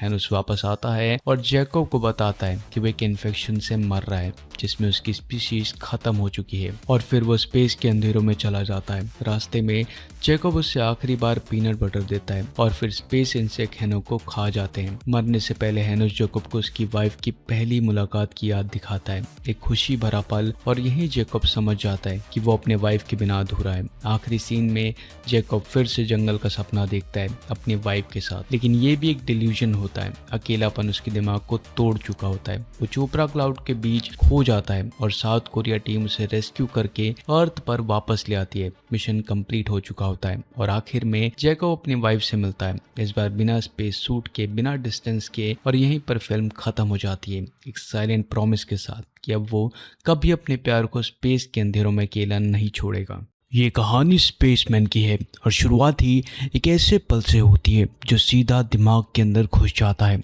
सोचो, एक ऐसा जंगल जहाँ हरियाली इतनी घनी है कि हवा भी रास्ता भूल जाए, और उस जंगल के बीच एक आदमी स्पेस सूट पहने हुए भटक रहा है। हर कदम के साथ उसकी सांसें भारी होती जा रही है, जैसे ऑक्सीजन धीरे धीरे खत्म हो रही हो। चेहरे पर कंफ्यूजन है, डर है और आंखों में एक अजीब सी थकान। और इसी घुटन के बीच अचानक उसकी आंखें खुल जाती है और हमें रियलाइज़ होता है कि ये जंगल, ये घुटन, ये डर सब उसका सपना था, एक नाइटमेयर जो उसके दिमाग के अंदर चल रहा था। और वो आदमी और कोई नहीं बल्कि जेकब है, एक एस्ट्रोनॉट जो इस वक्त बिल्कुल अकेला अपनी स्पेसशिप के अंदर स्पेस के बीच जिंदा है, इतना दूर कि जमीन अब सिर्फ एक याद बन चुकी है। और यहीं से फिल्म का असली टोन सेट हो जाता है, लोनलीनेस का, आइसोलेशन का और साइकोलॉजिकल प्रेशर का, जो धीरे धीरे इंसान को स्पेस में नहीं बल्कि खुद के अंदर ही तोड़ देता है। जेकब एक सोलो स्पेस मिशन पर है, मतलब पूरी दुनिया से कटा हुआ, कोई साथी नहीं, कोई हाथ पकड़ने वाला नहीं, सिर्फ मशीन की आवाज और खुद की सांसों का एको।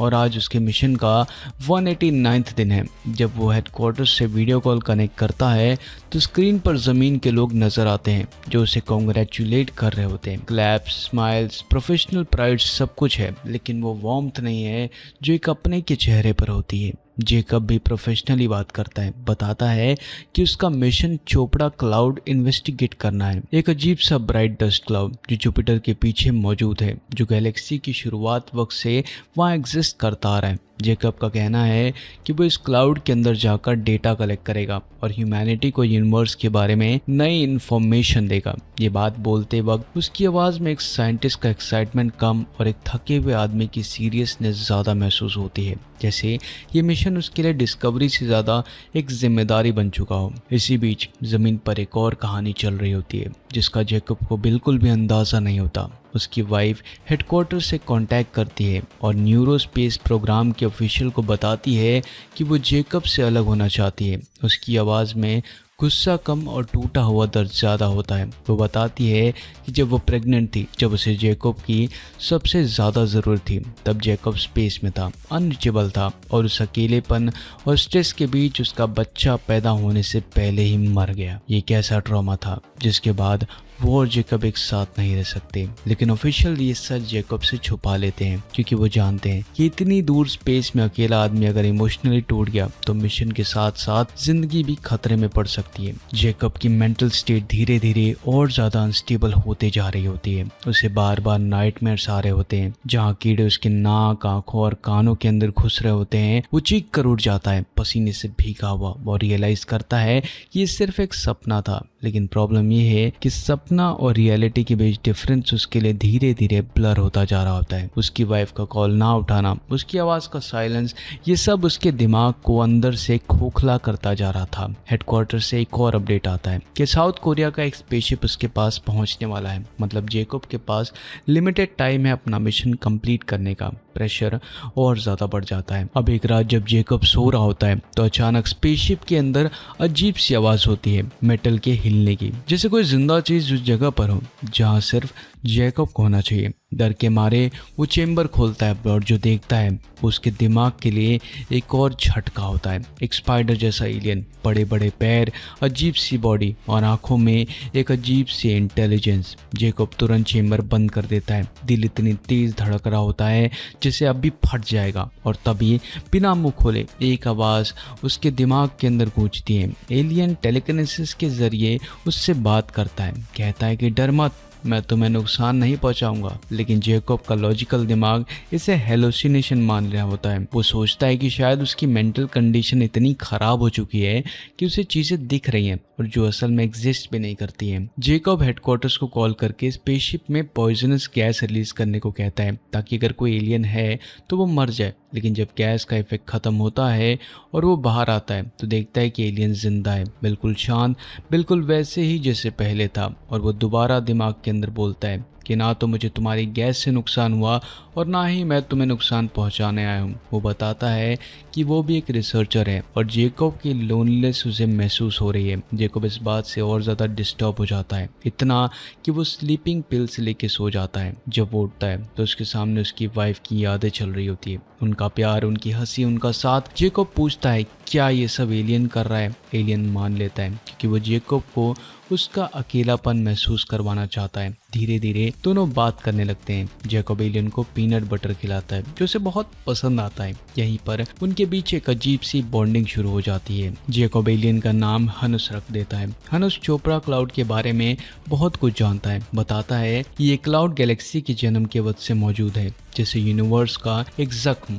जो अभी भी चमक रहा है। हेनस जेकब को उसकी वाइफ और उसके फादर की यादें दिखाता है। जेकब बताता है कि उसका फादर मर चुका है और ये यादें उसे तोड़ देती है। इसी बीच चोपड़ा क्लाउड का एक पार्टिकल स्पेसशिप के अंदर आ जाता है। जेकब खुशी से भर जाता है, लेकिन हेनस बताता है कि इन पार्टिकल्स को पकड़ा नहीं जा सकता और तभी क्लाउड बहुत तेज स्पीड से उनकी तरफ बढ़ने लगता है। जेकब पैनिक कर जाता है, हाथ कांपने लगते हैं, लेकिन हेनस उसे हग करता है, शांत करता है और समझाता है कि ये क्लाउड नुकसान नहीं पहुंचाएगा, स्पेसशिप को सराउंड करेगा। इस एक्सपीरियंस के बाद हनुस जेकब के दिल के अंदर छुपे सच को देख लेता है कि कैसे जेकब ने अपनी वाइफ को अकेला छोड़ दिया था, कैसे उसने मिशन को फैमिली से ऊपर रखा। और ये जानकर हेनुस उससे नफरत करने लगता है और उसे छोड़ने का फैसला करता है। जेकब रो पड़ता है, उसे रियलाइज होता है कि वो गलत था और पहली बार वो अपनी वाइफ को कॉल करके दिल से माफ़ी मांगता है। प्रॉमिस करता है कि ये उसका आखिरी मिशन होगा, अब वो सिर्फ फैमिली के साथ रहेगा। और उसकी वाइफ उस सिंसियरिटी को महसूस करके उसे माफ़ कर देती है। हेनुस वापस आता है और जेकब को बताता है कि वो एक इन्फेक्शन से मर रहा है जिसमें उसकी स्पीशीज खत्म हो चुकी है। और फिर वो स्पेस के अंधेरों में चला जाता है। रास्ते में जेकब उससे आखिरी बार पीनट बटर देता है और फिर स्पेस इंसेक्ट हेनो को खा जाते हैं। मरने से पहले हेनुस जेकब को उसकी वाइफ की पहली मुलाकात की याद दिखाता है, एक खुशी भरा पल। और यही जेकब समझ जाता है कि वो अपने वाइफ के बिना अधूरा है। आखिरी सीन में जेकब फिर से जंगल का सपना देखता है अपनी वाइफ के साथ, लेकिन ये भी एक डिल्यूजन होता है। अकेलापन उसके दिमाग को तोड़ चुका होता है। वो चोपड़ा क्लाउड के बीच खो जाता है और साउथ कोरिया टीम उसे रेस्क्यू करके अर्थ पर वापस ले आती है। मिशन कंप्लीट हो चुका होता है और आखिर में जेकब अपनी वाइफ से मिलता है, इस बार बिना स्पेस सूट के, बिना डिस्टेंस के। और यहीं पर फिल्म खत्म हो जाती है एक साइलेंट प्रॉमिस के साथ कि अब वो कभी अपने प्यार को स्पेस के अंधेरों में अकेला नहीं छोड़ेगा। ये कहानी स्पेसमैन की है और शुरुआत ही एक ऐसे पल से होती है जो सीधा दिमाग के अंदर घुस जाता है। सोचो, एक ऐसा जंगल जहाँ हरियाली इतनी घनी है कि हवा भी रास्ता भूल जाए। और उस जंगल के बीच एक आदमी स्पेस सूट पहने हुए भटक रहा है। हर कदम के साथ उसकी सांसें भारी होती जा रही है, जैसे ऑक्सीजन धीरे धीरे खत्म हो रही हो। चेहरे पर कंफ्यूजन है, डर है और आंखों में एक अजीब सी थकान। और इसी घुटन के बीच अचानक उसकी आंखें खुल जाती है और हमें रियलाइज़ होता है कि ये जंगल, ये घुटन, ये डर सब उसका सपना था, एक नाइटमेयर जो उसके दिमाग के अंदर चल रहा था। और वो आदमी और कोई नहीं बल्कि जैकब है, एक एस्ट्रोनॉट जो इस वक्त बिल्कुल अकेला अपनी स्पेसशिप के अंदर स्पेस के बीच जिंदा है, इतना दूर कि जमीन अब सिर्फ एक याद बन चुकी है। और यहीं से फिल्म का असली टोन सेट हो जाता है, लोनलीनेस का, आइसोलेशन का और साइकोलॉजिकल प्रेशर का, जो धीरे धीरे इंसान को स्पेस में नहीं बल्कि खुद के अंदर ही तोड़ देता है। जैकब एक सोलो स्पेस मिशन पर है, मतलब पूरी दुनिया से कटा हुआ, कोई साथी नहीं, कोई हाथ पकड़ने वाला नहीं, सिर्फ मशीन की आवाज और खुद की सांसों का एको।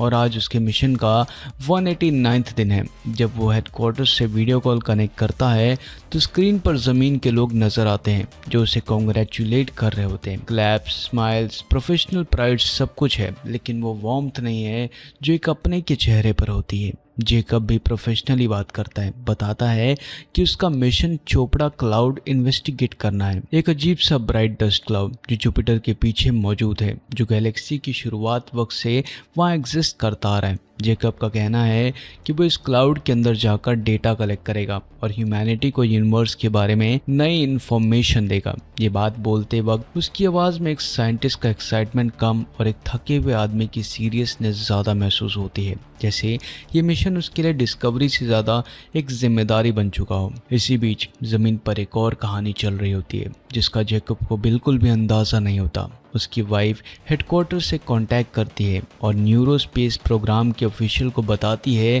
कि वो जैकब से अलग होना चाहती है। उसकी आवाज़ में गुस्सा कम और टूटा हुआ दर्द ज़्यादा होता है। वो बताती है कि जब वो प्रेग्नेंट थी, जब उसे जैकब की सबसे ज़्यादा ज़रूरत थी, तब जैकब स्पेस में था, अनरीचेबल था और उस अकेलेपन और स्ट्रेस के बीच उसका बच्चा पैदा होने से पहले ही मर गया। ये कैसा ट्रॉमा था जिसके बाद वो और जैकब एक साथ नहीं रह सकते। लेकिन ऑफिशियल ये सच जैकब से छुपा लेते हैं क्योंकि वो जानते हैं कि इतनी दूर स्पेस में अकेला आदमी अगर इमोशनली टूट गया तो मिशन के साथ साथ जिंदगी भी खतरे में पड़ सकती है। जैकब की मेंटल स्टेट धीरे धीरे और ज्यादा अनस्टेबल होते जा रही होती है। उसे बार बार नाइटमेयर्स आ रहे होते हैं जहाँ कीड़े उसके नाक, आंखों और कानों के अंदर घुस रहे होते हैं। वो चीख कर उठ जाता है पसीने से भीगा हुआ और रियलाइज करता है कि ये सिर्फ एक सपना था। लेकिन प्रॉब्लम ये है कि सपना और रियलिटी के बीच डिफरेंस उसके लिए धीरे धीरे ब्लर होता जा रहा होता है। उसकी वाइफ का कॉल ना उठाना, उसकी आवाज़ का साइलेंस, ये सब उसके दिमाग को अंदर से खोखला करता जा रहा था। हेडक्वार्टर से एक और अपडेट आता है कि साउथ कोरिया का एक स्पेसशिप उसके पास पहुंचने वाला है। मतलब जैकब के पास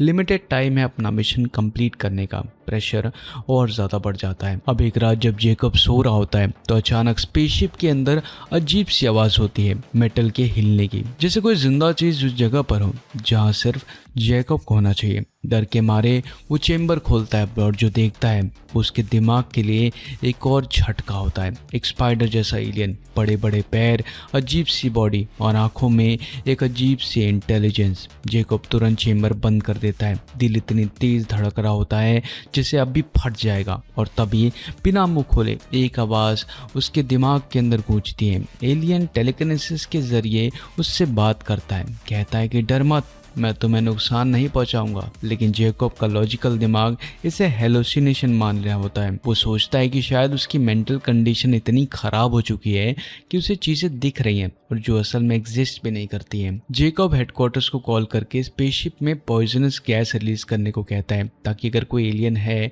तो वो मर जाए। लेकिन जब गैस का इफेक्ट खत्म होता है और वो बाहर आता है तो देखता है कि एलियन जिंदा है, बिल्कुल शांत, बिल्कुल वैसे ही जैसे पहले था। और वो दोबारा दिमाग के अंदर बोलता है कि ना तो मुझे तुम्हारी गैस से नुकसान हुआ और ना ही मैं तुम्हें नुकसान पहुंचाने आया हूँ। वो बताता है कि वो भी एक रिसर्चर है और जैकब की लोनलीनेस उसे महसूस हो रही है। जैकब इस बात से और ज़्यादा डिस्टर्ब हो जाता है, इतना कि वो स्लीपिंग पिल्स लेके सो जाता है। जब वो उठता है तो उसके सामने उसकी वाइफ की यादें चल रही होती है, उनका प्यार, उनकी हंसी, उनका साथ। जैकब पूछता है क्या ये सब एलियन कर रहा है। एलियन मान लेता है क्योंकि वो जैकब को उसका अकेलापन महसूस करवाना चाहता है। धीरे धीरे दोनों बात करने लगते हैं। जैकब एलियन को पीनट बटर खिलाता है जो उसे बहुत पसंद आता है। यहीं पर उनके बीच एक अजीब सी बॉन्डिंग शुरू हो जाती है। जैकब एलियन का नाम हनुस रख देता है। हनुस चोपड़ा क्लाउड के बारे में बहुत कुछ जानता है। बताता है कि ये क्लाउड गैलेक्सी के जन्म के वक्त से मौजूद है, जैसे यूनिवर्स का एक जख्म जो अभी भी चमक रहा है। हेनस जैकब को उसकी वाइफ और उसके फादर की यादें दिखाता है। जैकब बताता है कि उसका फादर मर चुका है और ये यादें उसे तोड़ देती है। इसी बीच चोपड़ा क्लाउड का एक पार्टिकल स्पेसशिप के अंदर आ जाता है। जैकब खुशी से भर जाता है, लेकिन हेनस बताता है कि इन पार्टिकल्स को पकड़ा नहीं जा सकता और तभी क्लाउड बहुत तेज स्पीड से उनकी तरफ बढ़ने लगता है। जैकब पैनिक कर जाता है, हाथ कांपने लगते हैं, लेकिन हेनस उसे हग करता है, शांत करता है और समझाता है कि ये क्लाउड नुकसान नहीं पहुंचाएगा, स्पेसशिप को सराउंड करेगा। इस एक्सपीरियंस के बाद हनुस जैकब के दिल के अंदर छुपे सच को देख लेता है कि कैसे जैकब ने अपनी वाइफ को अकेला छोड़ दिया था, कैसे उसने मिशन को फैमिली से ऊपर रखा। और ये जानकर हेनुस उससे नफरत करने लगता है और उसे छोड़ने का फैसला करता है। जैकब रो पड़ता है, उसे रियलाइज होता है कि वो गलत था और पहली बार वो अपनी वाइफ को कॉल करके दिल से माफ़ी मांगता है। प्रॉमिस करता है कि ये उसका आखिरी मिशन होगा, अब वो सिर्फ फैमिली के साथ रहेगा। और उसकी वाइफ उस सिंसियरिटी को महसूस करके उसे माफ़ कर देती है। हेनुस वापस आता है और जैकब को बताता है कि वो एक इन्फेक्शन से मर रहा है जिसमें उसकी स्पीशीज खत्म हो चुकी है। और फिर वो स्पेस के अंधेरों में चला जाता है। रास्ते में जैकब उससे आखिरी बार पीनट बटर देता है और फिर स्पेस इंसेक्ट हेनो को खा जाते हैं। मरने से पहले हेनुस जैकब को उसकी वाइफ की पहली मुलाकात की याद दिखाता है, एक खुशी भरा पल। और यही जैकब समझ जाता है कि वो अपने वाइफ के बिना अधूरा है। आखिरी सीन में जैकब फिर से जंगल का सपना देखता है अपनी वाइफ के साथ, लेकिन ये भी एक डिल्यूजन होता है। अकेलापन उसके दिमाग को तोड़ चुका होता है। वो चोपड़ा क्लाउड के बीच खो जाता है और साउथ कोरिया टीम उसे रेस्क्यू करके अर्थ पर वापस ले आती है। मिशन कंप्लीट हो चुका होता है और आखिर में जैकब अपनी वाइफ से मिलता है, इस बार बिना स्पेस सूट के, बिना डिस्टेंस के। और यहीं पर फिल्म खत्म हो जाती है एक साइलेंट प्रॉमिस के साथ कि अब वो कभी अपने प्यार को स्पेस के अंधेरों में अकेला नहीं छोड़ेगा। ये कहानी स्पेसमैन की है और शुरुआत ही एक ऐसे पल से होती है जो सीधा दिमाग के अंदर घुस जाता है। सोचो, एक ऐसा जंगल जहाँ हरियाली इतनी घनी है कि हवा भी रास्ता भूल जाए, और उस जंगल के बीच एक आदमी स्पेस सूट पहने हुए भटक रहा है। हर कदम के साथ उसकी सांसें भारी होती जा रही है, जैसे ऑक्सीजन धीरे धीरे खत्म हो रही हो। चेहरे पर कंफ्यूजन है, डर है और आंखों में एक अजीब सी थकान। और इसी घुटन के बीच अचानक उसकी आंखें खुल जाती है और हमें रियलाइज़ होता है कि ये जंगल, ये घुटन, ये डर सब उसका सपना था, एक नाइटमेयर जो उसके दिमाग के अंदर चल रहा था। और वो आदमी और कोई नहीं बल्कि जैकब है, एक एस्ट्रोनॉट जो इस वक्त बिल्कुल अकेला अपनी स्पेसशिप के अंदर स्पेस के बीच जिंदा है, इतना दूर कि जमीन अब सिर्फ एक याद बन चुकी है। और यहीं से फिल्म का असली टोन सेट हो जाता है, लोनलीनेस का, आइसोलेशन का और साइकोलॉजिकल प्रेशर का, जो धीरे धीरे इंसान को स्पेस में नहीं बल्कि खुद के अंदर ही तोड़ देता है। जैकब एक सोलो स्पेस मिशन पर है, मतलब पूरी दुनिया से कटा हुआ, कोई साथी नहीं, कोई हाथ पकड़ने वाला नहीं, सिर्फ मशीन की आवाज और खुद की सांसों का एको।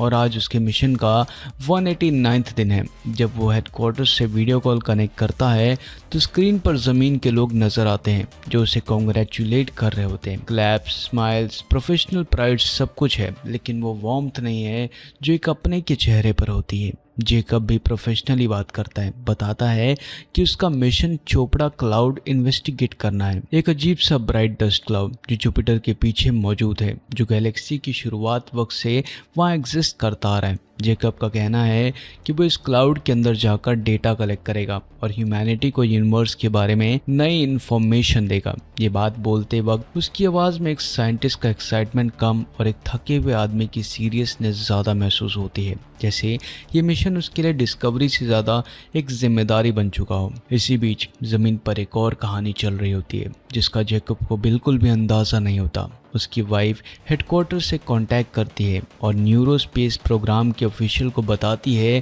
कि वो जैकब से अलग होना चाहती है। उसकी आवाज़ में गुस्सा कम और टूटा हुआ दर्द ज़्यादा होता है। वो बताती है कि जब वो प्रेग्नेंट थी, जब उसे जैकब की सबसे ज़्यादा ज़रूरत थी, तब जैकब स्पेस में था, अनरीचेबल था और उस अकेलेपन और स्ट्रेस के बीच उसका बच्चा पैदा होने से पहले ही मर गया। ये कैसा ट्रॉमा था जिसके बाद वो और जेकब एक साथ नहीं रह सकते, लेकिन ऑफिशियल ये सच जेकब से छुपा लेते हैं क्योंकि वो जानते हैं कि इतनी दूर स्पेस में अकेला आदमी अगर इमोशनली टूट गया तो मिशन के साथ साथ जिंदगी भी खतरे में पड़ सकती है। जेकब की मेंटल स्टेट धीरे धीरे और ज्यादा अनस्टेबल होते जा रही होती है। उसे बार बार नाइटमेयर्स आ रहे होते हैं जहाँ कीड़े उसके नाक, आंखों और कानों के अंदर घुस रहे होते हैं। वो चीख कर उठ जाता है पसीने से भीगा हुआ और रियलाइज करता है कि ये सिर्फ एक सपना था। लेकिन प्रॉब्लम ये है कि सपना और रियलिटी के बीच डिफरेंस उसके लिए धीरे धीरे ब्लर होता जा रहा होता है। उसकी वाइफ का कॉल ना उठाना, उसकी आवाज का साइलेंस, ये सब उसके दिमाग को अंदर से खोखला करता जा रहा था। हेडक्वार्टर से एक और अपडेट आता है कि साउथ कोरिया का एक स्पेसशिप उसके पास पहुंचने वाला है। मतलब जेकब के पास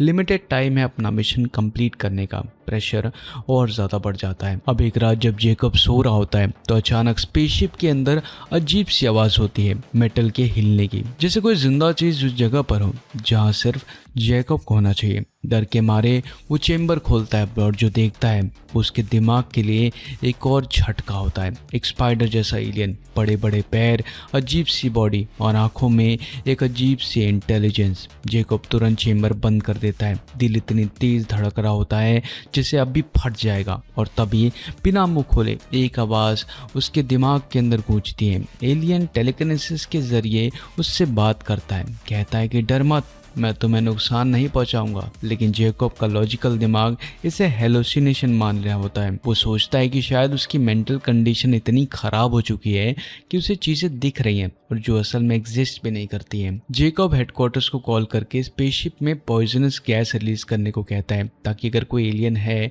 तो वो मर जाए। लेकिन जब गैस का इफेक्ट खत्म होता है और वो बाहर आता है तो देखता है कि एलियन जिंदा है, बिल्कुल शांत, बिल्कुल वैसे ही जैसे पहले था। और वो दोबारा दिमाग के अंदर बोलता है कि ना तो मुझे तुम्हारी गैस से नुकसान हुआ और ना ही मैं तुम्हें नुकसान पहुंचाने आया हूँ। वो बताता है कि वो भी एक रिसर्चर है और जेकब की लोनलेस उसे महसूस हो रही है। जेकब इस बात से और ज़्यादा डिस्टर्ब हो जाता है, इतना कि वो स्लीपिंग पिल्स लेके सो जाता है। जब वो उठता है तो उसके सामने उसकी वाइफ की यादें चल रही होती है, उनका प्यार, उनकी हंसी, उनका साथ। जेकब पूछता है क्या ये सब एलियन कर रहा है। एलियन मान लेता है क्योंकि वो जेकब को उसका अकेलापन महसूस करवाना चाहता है। धीरे धीरे दोनों बात करने लगते हैं। जेकब एलियन को पीनट बटर खिलाता है जो उसे बहुत पसंद आता है। यहीं पर उनके बीच एक अजीब सी बॉन्डिंग शुरू हो जाती है। जेकब एलियन का नाम हनुस रख देता है। हनुस चोपड़ा क्लाउड के बारे में बहुत कुछ जानता है। बताता है कि ये क्लाउड गैलेक्सी के जन्म के वक्त से मौजूद है, जैसे यूनिवर्स का एक जख्म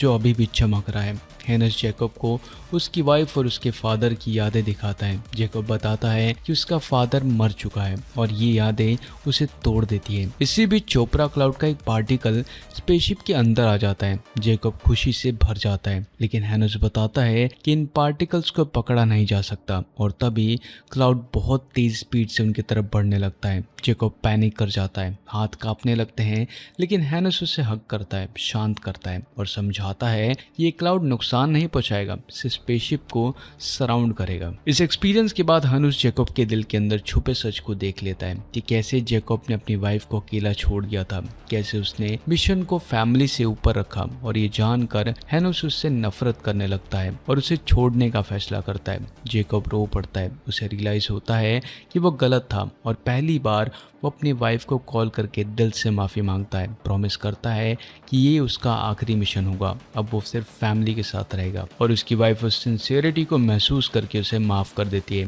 हेनुस वापस आता है और जेकब को बताता है कि वो एक इन्फेक्शन से मर रहा है जिसमें उसकी स्पीशीज खत्म हो चुकी है। और फिर वो स्पेस के अंधेरों में चला जाता है। रास्ते में जेकब उससे आखिरी बार पीनट बटर देता है और फिर स्पेस इंसेक्ट हेनो को खा जाते हैं। मरने से पहले हेनुस जेकब को उसकी वाइफ की पहली मुलाकात की याद दिखाता है, एक खुशी भरा पल। और यही जेकब समझ जाता है कि वो अपने वाइफ के बिना अधूरा है। आखिरी सीन में जेकब फिर से जंगल का सपना देखता है अपनी वाइफ के साथ, लेकिन ये भी एक डिल्यूजन होता है। अकेलापन उसके दिमाग को तोड़ चुका होता है। वो चोपड़ा क्लाउड के बीच खो जाता है और साउथ कोरिया टीम उसे रेस्क्यू करके अर्थ पर वापस ले आती है। मिशन कंप्लीट हो चुका होता है और आखिर में जेकब अपनी वाइफ से मिलता है, इस बार बिना स्पेस सूट के, बिना डिस्टेंस के। और यहीं पर फिल्म खत्म हो जाती है एक साइलेंट प्रॉमिस के साथ कि अब वो कभी अपने प्यार को स्पेस के अंधेरों में अकेला नहीं छोड़ेगा। ये कहानी स्पेसमैन की है और शुरुआत ही एक ऐसे पल से होती है जो सीधा दिमाग के अंदर घुस जाता है।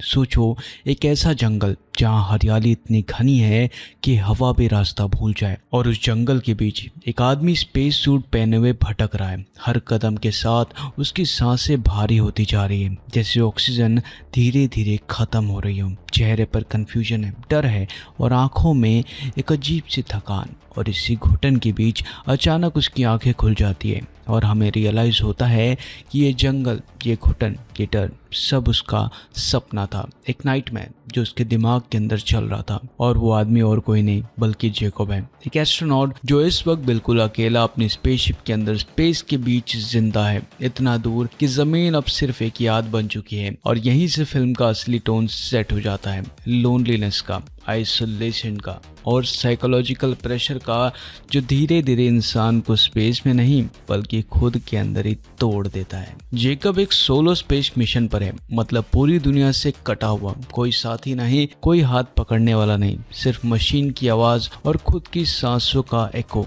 और आज उसके मिशन का 189वां दिन है। जब वो हेडक्वार्टर से वीडियो कॉल कनेक्ट करता है तो स्क्रीन पर जमीन के लोग नजर आते हैं जो उसे कॉन्ग्रेचुलेट कर रहे होते हैं। क्लैप्स, स्माइल्स, प्रोफेशनल प्राइड सब कुछ है, लेकिन वो वार्मथ नहीं है जो एक अपने के चेहरे पर होती है। जैकब भी प्रोफेशनली बात करता है, बताता है कि उसका मिशन चोपड़ा क्लाउड इन्वेस्टिगेट करना है, एक अजीब सा ब्राइट डस्ट क्लाउड जो जुपिटर के पीछे मौजूद है, जो गैलेक्सी की शुरुआत वक्त से वहाँ एग्जिस्ट करता आ रहा है। जैकब का कहना है कि वो इस क्लाउड के अंदर जाकर डेटा कलेक्ट करेगा और ह्यूमैनिटी को यूनिवर्स के बारे में नई इन्फॉर्मेशन देगा। ये बात बोलते वक्त उसकी आवाज़ में एक साइंटिस्ट का एक्साइटमेंट कम और एक थके हुए आदमी की सीरियसनेस ज़्यादा महसूस होती है, जैसे ये मिशन उसके लिए डिस्कवरी से ज़्यादा एक जिम्मेदारी बन चुका हो। इसी बीच ज़मीन पर एक और कहानी चल रही होती है जिसका जैकब को बिल्कुल भी अंदाज़ा नहीं होता। उसकी वाइफ हेडक्वार्टर से कांटेक्ट करती है और न्यूरोस्पेस प्रोग्राम के ऑफिशियल को बताती है कि वो जैकब से अलग होना चाहती है। उसकी आवाज़ में गुस्सा कम और टूटा हुआ दर्द ज़्यादा होता है। वो बताती है कि जब वो प्रेग्नेंट थी, जब उसे जैकब की सबसे ज़्यादा ज़रूरत थी, तब जैकब स्पेस में था, अनरीचेबल था और उस अकेलेपन और स्ट्रेस के बीच उसका बच्चा पैदा होने से पहले ही मर गया। ये कैसा ट्रॉमा था जिसके बाद वो और जैकब एक साथ नहीं रह सकते। लेकिन ऑफिशियल ये सच जैकब से छुपा लेते हैं क्योंकि वो जानते हैं कि इतनी दूर स्पेस में अकेला आदमी अगर इमोशनली टूट गया तो मिशन के साथ साथ जिंदगी भी खतरे में पड़ सकती है। जैकब की मेंटल स्टेट धीरे धीरे और ज्यादा अनस्टेबल होते जा रही होती है। उसे बार बार नाइटमेयर्स आ रहे होते हैं जहाँ कीड़े उसके नाक, आंखों और कानों के अंदर घुस रहे होते हैं। वो चीख कर उठ जाता है पसीने से भीगा हुआ और रियलाइज करता है कि ये सिर्फ एक सपना था। लेकिन प्रॉब्लम ये है कि सपना और रियलिटी के बीच डिफरेंस उसके लिए धीरे धीरे ब्लर होता जा रहा होता है। उसकी वाइफ का कॉल ना उठाना, उसकी आवाज़ का साइलेंस, ये सब उसके दिमाग को अंदर से खोखला करता जा रहा था। हेडक्वार्टर से एक और अपडेट आता है कि साउथ कोरिया का एक स्पेसशिप उसके पास पहुंचने वाला है। मतलब जैकब के पास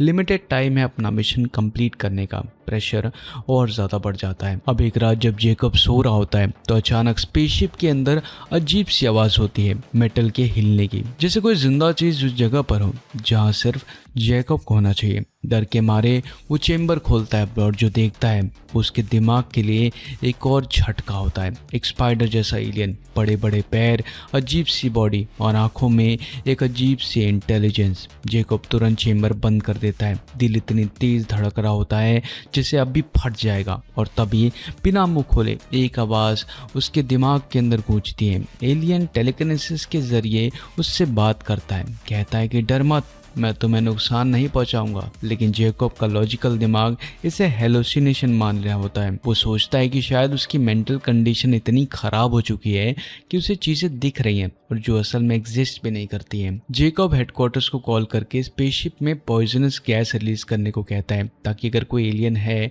तो वो मर जाए। लेकिन जब गैस का इफेक्ट खत्म होता है और वो बाहर आता है तो देखता है कि एलियन जिंदा है, बिल्कुल शांत, बिल्कुल वैसे ही जैसे पहले था। और वो दोबारा दिमाग के अंदर बोलता है कि ना तो मुझे तुम्हारी गैस से नुकसान हुआ और ना ही मैं तुम्हें नुकसान पहुंचाने आया हूँ। वो बताता है कि वो भी एक रिसर्चर है और जैकब की लोनलीनेस उसे महसूस हो रही है। जैकब इस बात से और ज़्यादा डिस्टर्ब हो जाता है, इतना कि वो स्लीपिंग पिल्स लेके सो जाता है। जब वो उठता है तो उसके सामने उसकी वाइफ की यादें चल रही होती है, उनका प्यार, उनकी हंसी, उनका साथ। जैकब पूछता है क्या ये सब एलियन कर रहा है। एलियन मान लेता है क्योंकि वो जैकब को उसका अकेलापन महसूस करवाना चाहता है। धीरे धीरे दोनों बात करने लगते हैं। जैकब एलियन को पीनट बटर खिलाता है जो उसे बहुत पसंद आता है। यहीं पर उनके बीच एक अजीब सी बॉन्डिंग शुरू हो जाती है। जैकब एलियन का नाम हनुस रख देता है। हनुस चोपड़ा क्लाउड के बारे में बहुत कुछ जानता है। बताता है कि ये क्लाउड गैलेक्सी के जन्म के वक्त से मौजूद है, जैसे यूनिवर्स का एक जख्म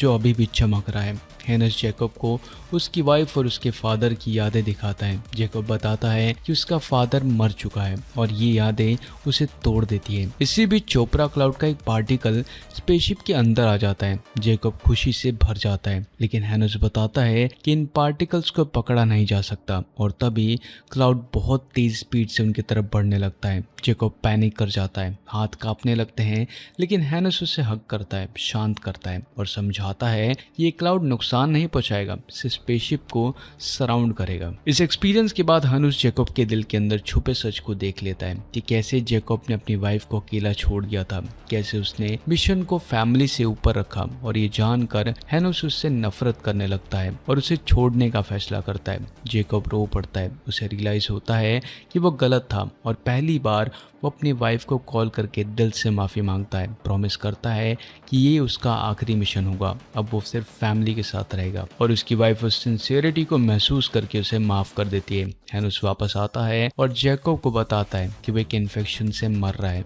जिसमें उसकी स्पीशीज खत्म हो चुकी है। और फिर वो स्पेस के अंधेरों में चला जाता है। रास्ते में जैकब उससे आखिरी बार पीनट बटर देता है और फिर स्पेस इंसेक्ट हेनस को खा जाते हैं। मरने से पहले हेनस जैकब को उसकी वाइफ की पहली मुलाकात की याद दिखाता है, एक खुशी भरा पल। और यही जैकब समझ जाता है कि वो अपने वाइफ के बिना अधूरा है। आखिरी सीन में जैकब फिर से जंगल का सपना देखता है अपनी वाइफ के साथ, लेकिन ये भी एक डिल्यूजन होता है। अकेलापन उसके दिमाग को तोड़ चुका होता है। वो चोपड़ा क्लाउड के बीच खो जाता है और साउथ कोरिया टीम उसे रेस्क्यू करके अर्थ पर वापस ले आती है। मिशन कंप्लीट हो चुका होता है और आखिर में जैकब अपनी वाइफ से मिलता है, इस बार बिना स्पेस सूट के, बिना डिस्टेंस के। और यहीं पर फिल्म खत्म हो जाती है एक साइलेंट प्रॉमिस के साथ कि अब वो कभी अपने प्यार को स्पेस के अंधेरों में अकेला नहीं छोड़ेगा। ये कहानी स्पेसमैन की है और शुरुआत ही एक ऐसे पल से होती है जो सीधा दिमाग के अंदर घुस जाता है।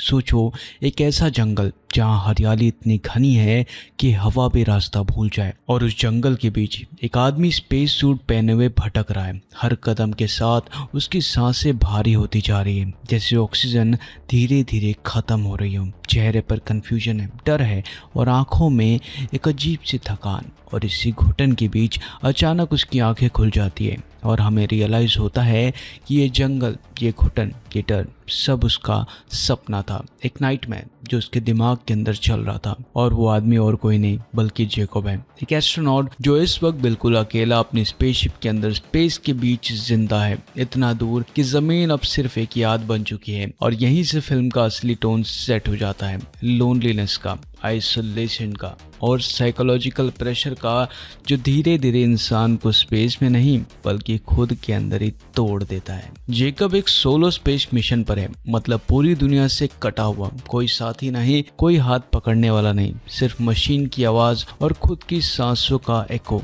और आज उसके मिशन का 189वां दिन है। जब वो हेडक्वार्टर से वीडियो कॉल कनेक्ट करता है तो स्क्रीन पर जमीन के लोग नजर आते हैं जो उसे कॉन्ग्रेचुलेट कर रहे होते हैं। क्लैप्स, स्माइल्स, प्रोफेशनल प्राइड सब कुछ है, लेकिन वो वार्मथ नहीं है जो एक अपने के चेहरे पर होती है। जैकब भी प्रोफेशनली बात करता है, बताता है कि उसका मिशन चोपड़ा क्लाउड इन्वेस्टिगेट करना है, एक अजीब सा ब्राइट डस्ट क्लाउड जो जुपिटर के पीछे मौजूद है, जो गैलेक्सी की शुरुआत वक्त से वहाँ एग्जिस्ट करता आ रहा है। जैकब का कहना है कि वो इस क्लाउड के अंदर जाकर डेटा कलेक्ट करेगा और ह्यूमैनिटी को यूनिवर्स के बारे में नई इन्फॉर्मेशन देगा। ये बात बोलते वक्त उसकी आवाज़ में एक साइंटिस्ट का एक्साइटमेंट कम और एक थके हुए आदमी की सीरियसनेस ज़्यादा महसूस होती है, जैसे ये मिशन उसके लिए डिस्कवरी से ज़्यादा एक जिम्मेदारी बन चुका हो। इसी बीच ज़मीन पर एक और कहानी चल रही होती है जिसका जैकब को बिल्कुल भी अंदाज़ा नहीं होता। उसकी वाइफ हेडक्वार्टर से कांटेक्ट करती है और न्यूरोस्पेस प्रोग्राम के ऑफिशियल को बताती है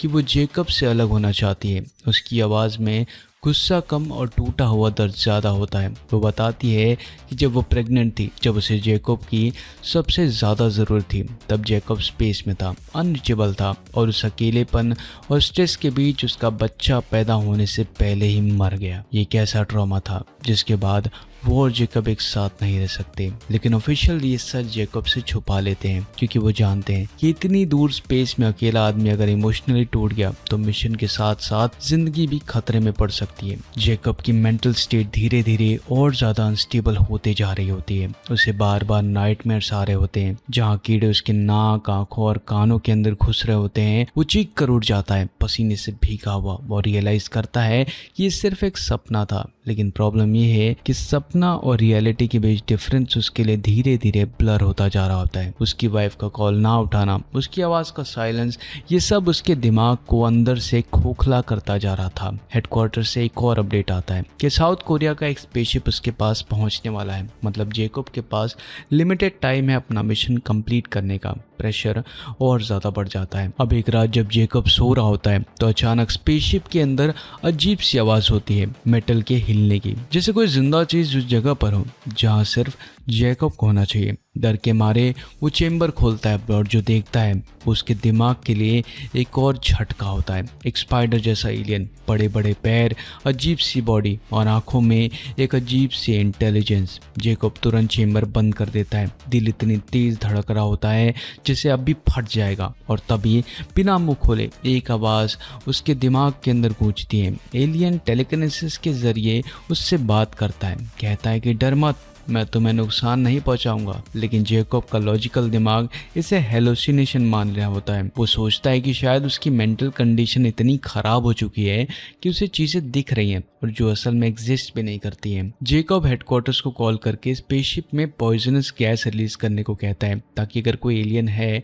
तो वो मर जाए। लेकिन जब गैस का इफेक्ट खत्म होता है और वो बाहर आता है तो देखता है कि एलियन जिंदा है, बिल्कुल शांत, बिल्कुल वैसे ही जैसे पहले था। और वो दोबारा दिमाग के अंदर बोलता है कि ना तो मुझे तुम्हारी गैस से नुकसान हुआ और ना ही मैं तुम्हें नुकसान पहुंचाने आया हूँ। वो बताता है कि वो भी एक रिसर्चर है और जेकब की लोनलेस उसे महसूस हो रही है। जेकब इस बात से और ज़्यादा डिस्टर्ब हो जाता है, इतना कि वो स्लीपिंग पिल्स लेके सो जाता है। जब वो उठता है तो उसके सामने उसकी वाइफ की यादें चल रही होती है, उनका प्यार, उनकी हंसी, उनका साथ। जेकब पूछता है क्या ये सब एलियन कर रहा है। एलियन मान लेता है क्योंकि वो जेकब को उसका अकेलापन महसूस करवाना चाहता है। धीरे धीरे दोनों बात करने लगते हैं। जेकब एलियन को पीनट बटर खिलाता है जो उसे बहुत पसंद आता है। यहीं पर उनके बीच एक अजीब सी बॉन्डिंग शुरू हो जाती है। जेकब एलियन का नाम हनुस रख देता है। हनुस चोपड़ा क्लाउड के बारे में बहुत कुछ जानता है। बताता है कि ये क्लाउड गैलेक्सी के जन्म के वक्त से मौजूद है, जैसे यूनिवर्स का एक जख्म जो अभी भी चमक रहा है। हेनस जेकब को उसकी वाइफ और उसके फादर की यादें दिखाता है। जेकब बताता है कि उसका फादर मर चुका है और ये यादें उसे तोड़ देती है। इसी बीच चोपड़ा क्लाउड का एक पार्टिकल स्पेसशिप के अंदर आ जाता है। जेकब खुशी से भर जाता है, लेकिन हेनस बताता है कि इन पार्टिकल्स को पकड़ा नहीं जा सकता और तभी क्लाउड बहुत तेज स्पीड से उनकी तरफ बढ़ने लगता है। जेकब पैनिक कर जाता है, हाथ कांपने लगते हैं, लेकिन हेनस उसे हग करता है, शांत करता है और समझाता है कि ये क्लाउड नुकसान नहीं पहुंचाएगा, स्पेसशिप को सराउंड करेगा। इस एक्सपीरियंस के बाद हनुस जेकब के दिल के अंदर छुपे सच को देख लेता है कि कैसे जेकब ने अपनी वाइफ को अकेला छोड़ दिया था, कैसे उसने मिशन को फैमिली से ऊपर रखा। और ये जानकर हेनुस उससे नफरत करने लगता है और उसे छोड़ने का फैसला करता है। जेकब रो पड़ता है, उसे रियलाइज होता है कि वो गलत था और पहली बार वो अपनी वाइफ को कॉल करके दिल से माफ़ी मांगता है। प्रॉमिस करता है कि ये उसका आखिरी मिशन होगा, अब वो सिर्फ फैमिली के साथ रहेगा। और उसकी वाइफ उस सिंसियरिटी को महसूस करके उसे माफ़ कर देती है। हेनुस वापस आता है और जेकब को बताता है कि वो एक इन्फेक्शन से मर रहा है जिसमें उसकी स्पीशीज खत्म हो चुकी है। और फिर वो स्पेस के अंधेरों में चला जाता है। रास्ते में जेकब उससे आखिरी बार पीनट बटर देता है और फिर स्पेस इंसेक्ट हेनोस को खा जाते हैं। मरने से पहले हेनोस जेकब को उसकी वाइफ की पहली मुलाकात की याद दिखाता है, एक खुशी भरा पल। और यही जेकब समझ जाता है कि वो अपने वाइफ के बिना अधूरा है। आखिरी सीन में जेकब फिर से जंगल का सपना देखता है अपनी वाइफ के साथ, लेकिन ये भी एक डिल्यूजन होता है। अकेलापन उसके दिमाग को तोड़ चुका होता है। वो चोपड़ा क्लाउड के बीच खो जाता है और साउथ कोरिया टीम उसे रेस्क्यू करके अर्थ पर वापस ले आती है। मिशन कंप्लीट हो चुका होता है और आखिर में जेकब अपनी वाइफ से मिलता है, इस बार बिना स्पेस सूट के, बिना डिस्टेंस के। और यहीं पर फिल्म खत्म हो जाती है एक साइलेंट प्रॉमिस के साथ कि अब वो कभी अपने प्यार को स्पेस के अंधेरों में अकेला नहीं छोड़ेगा। ये कहानी स्पेसमैन की है और शुरुआत ही एक ऐसे पल से होती है जो सीधा दिमाग के अंदर घुस जाता है। सोचो, एक ऐसा जंगल जहाँ हरियाली इतनी घनी है कि हवा भी रास्ता भूल जाए, और उस जंगल के बीच एक आदमी स्पेस सूट पहने हुए भटक रहा है। हर कदम के साथ उसकी सांसें भारी होती जा रही है, जैसे ऑक्सीजन धीरे धीरे खत्म हो रही हो। चेहरे पर कंफ्यूजन है, डर है और आंखों में एक अजीब सी थकान। और इसी घुटन के बीच अचानक उसकी आंखें खुल जाती है और हमें रियलाइज़ होता है कि ये जंगल, ये घुटन, ये डर सब उसका सपना था, एक नाइटमेयर जो उसके दिमाग के अंदर चल रहा था। और वो आदमी और कोई नहीं बल्कि जैकब है, एक एस्ट्रोनॉट जो इस वक्त बिल्कुल अकेला अपनी स्पेसशिप के अंदर स्पेस के बीच जिंदा है, इतना दूर कि जमीन अब सिर्फ एक याद बन चुकी है। और यहीं से फिल्म का असली टोन सेट हो जाता है, लोनलीनेस का, आइसोलेशन का और साइकोलॉजिकल प्रेशर का, जो धीरे धीरे इंसान को स्पेस में नहीं बल्कि खुद के अंदर ही तोड़ देता है। जैकब एक सोलो स्पेस मिशन पर है, मतलब पूरी दुनिया से कटा हुआ, कोई साथी नहीं, कोई हाथ पकड़ने वाला नहीं, सिर्फ मशीन की आवाज और खुद की सांसों का एको। और आज उसके मिशन का 189वां दिन है। जब वो हेडक्वार्टर से वीडियो कॉल कनेक्ट करता है तो स्क्रीन पर जमीन के लोग नजर आते हैं जो उसे कॉन्ग्रेचुलेट कर रहे होते हैं। क्लैप्स, स्माइल्स, प्रोफेशनल प्राइड सब कुछ है, लेकिन वो वार्मथ नहीं है जो एक अपने के चेहरे पर होती है। जैकब भी प्रोफेशनली बात करता है, बताता है कि उसका मिशन चोपड़ा क्लाउड इन्वेस्टिगेट करना है, एक अजीब सा ब्राइट डस्ट क्लाउड जो जुपिटर के पीछे मौजूद है, जो गैलेक्सी की शुरुआत वक्त से वहाँ एग्जिस्ट करता आ रहा है। जैकब का कहना है कि वो इस क्लाउड के अंदर जाकर डेटा कलेक्ट करेगा और ह्यूमैनिटी को यूनिवर्स के बारे में नई इन्फॉर्मेशन देगा। ये बात बोलते वक्त उसकी आवाज़ में एक साइंटिस्ट का एक्साइटमेंट कम और एक थके हुए आदमी की सीरियसनेस ज़्यादा महसूस होती है, जैसे ये मिशन उसके लिए डिस्कवरी से ज़्यादा एक जिम्मेदारी बन चुका हो। इसी बीच ज़मीन पर एक और कहानी चल रही होती है जिसका जैकब को बिल्कुल भी अंदाज़ा नहीं होता। उसकी वाइफ हेडक्वार्टर से कांटेक्ट करती है और न्यूरोस्पेस प्रोग्राम के ऑफिशियल को बताती है कि वो जैकब से अलग होना चाहती है। उसकी आवाज़ में गुस्सा कम और टूटा हुआ दर्द ज़्यादा होता है। वो बताती है कि जब वो प्रेग्नेंट थी, जब उसे जैकब की सबसे ज़्यादा ज़रूरत थी, तब जैकब स्पेस में था, अनरीचेबल था और उस अकेलेपन और स्ट्रेस के बीच उसका बच्चा पैदा होने से पहले ही मर गया। ये कैसा ट्रॉमा था जिसके बाद वो और जैकब एक साथ नहीं रह सकते। लेकिन ऑफिशियल ये सच जैकब से छुपा लेते हैं क्योंकि वो जानते हैं कि इतनी दूर स्पेस में अकेला आदमी अगर इमोशनली टूट गया तो मिशन के साथ साथ जिंदगी भी खतरे में पड़ सकती है। जैकब की मेंटल स्टेट धीरे धीरे और ज्यादा अनस्टेबल होते जा रही होती है। उसे बार बार नाइटमेयर्स आ रहे होते हैं जहाँ कीड़े उसके नाक, आंखों और कानों के अंदर घुस रहे होते हैं। वो चीख कर उठ जाता है पसीने से भीगा हुआ और रियलाइज करता है कि ये सिर्फ एक सपना था। लेकिन प्रॉब्लम ये है कि सपना और रियलिटी के बीच डिफरेंस उसके लिए धीरे धीरे ब्लर होता जा रहा होता है। उसकी वाइफ का कॉल ना उठाना, उसकी आवाज़ का साइलेंस, ये सब उसके दिमाग को अंदर से खोखला करता जा रहा था।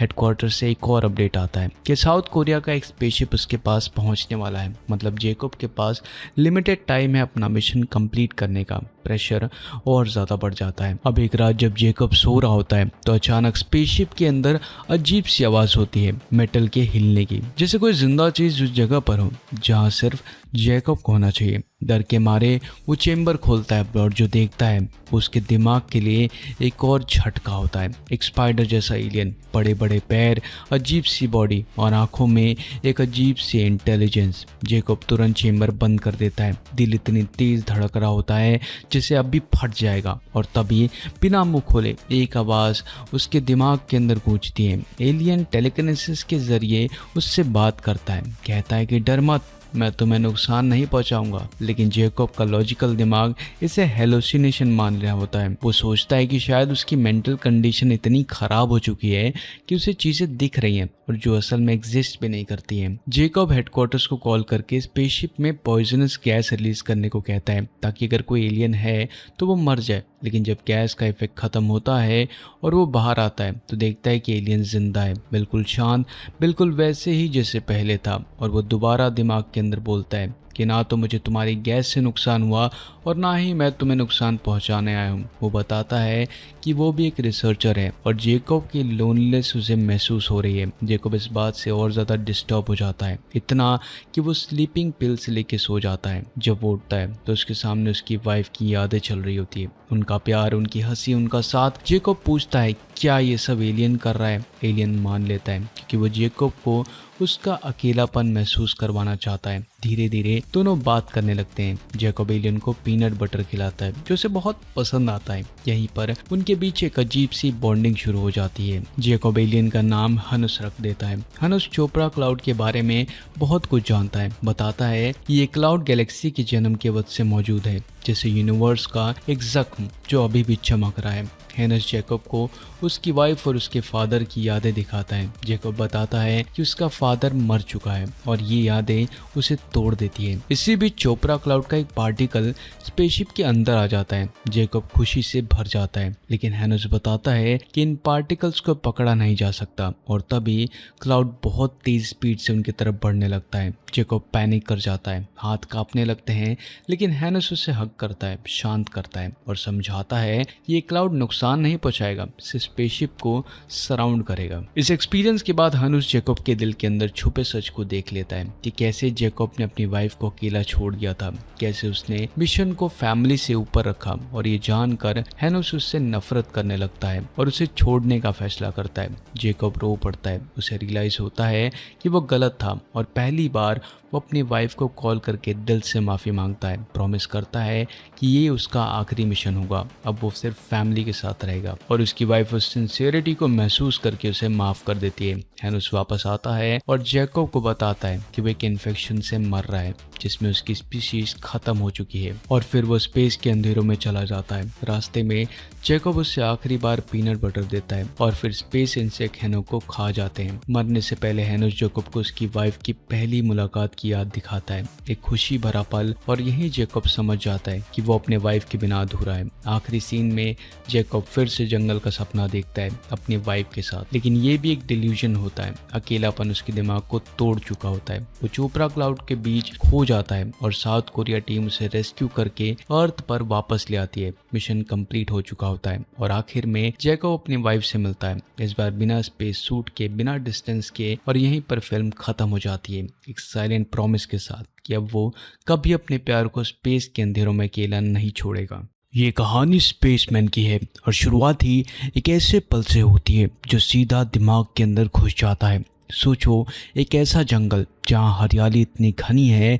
कि हवा भी रास्ता भूल जाए, और उस जंगल के बीच एक आदमी स्पेस सूट पहने हुए भटक रहा है। हर कदम के साथ उसकी सांसें भारी होती जा रही है, जैसे ऑक्सीजन धीरे धीरे खत्म हो रही हो। चेहरे पर कंफ्यूजन है, डर है और आंखों में एक अजीब सी थकान। और इसी घुटन के बीच अचानक उसकी आंखें खुल जाती है और हमें रियलाइज़ होता है कि ये जंगल, ये घुटन, ये डर सब उसका सपना था, एक नाइटमेयर जो उसके दिमाग के अंदर चल रहा था। और वो आदमी और कोई नहीं बल्कि जेकब है, एक एस्ट्रोनॉट जो इस वक्त बिल्कुल अकेला अपनी स्पेसशिप के अंदर स्पेस के बीच जिंदा है, इतना दूर कि जमीन अब सिर्फ एक याद बन चुकी है। और यहीं से फिल्म का असली टोन सेट हो जाता है, लोनलीनेस का, आइसोलेशन का और साइकोलॉजिकल प्रेशर का, जो धीरे धीरे इंसान को स्पेस में नहीं बल्कि खुद के अंदर ही तोड़ देता है। जेकब एक सोलो स्पेस मिशन पर है, मतलब पूरी दुनिया से कटा हुआ, कोई साथी नहीं, कोई हाथ पकड़ने वाला नहीं, सिर्फ मशीन की आवाज और खुद की सांसों का एको।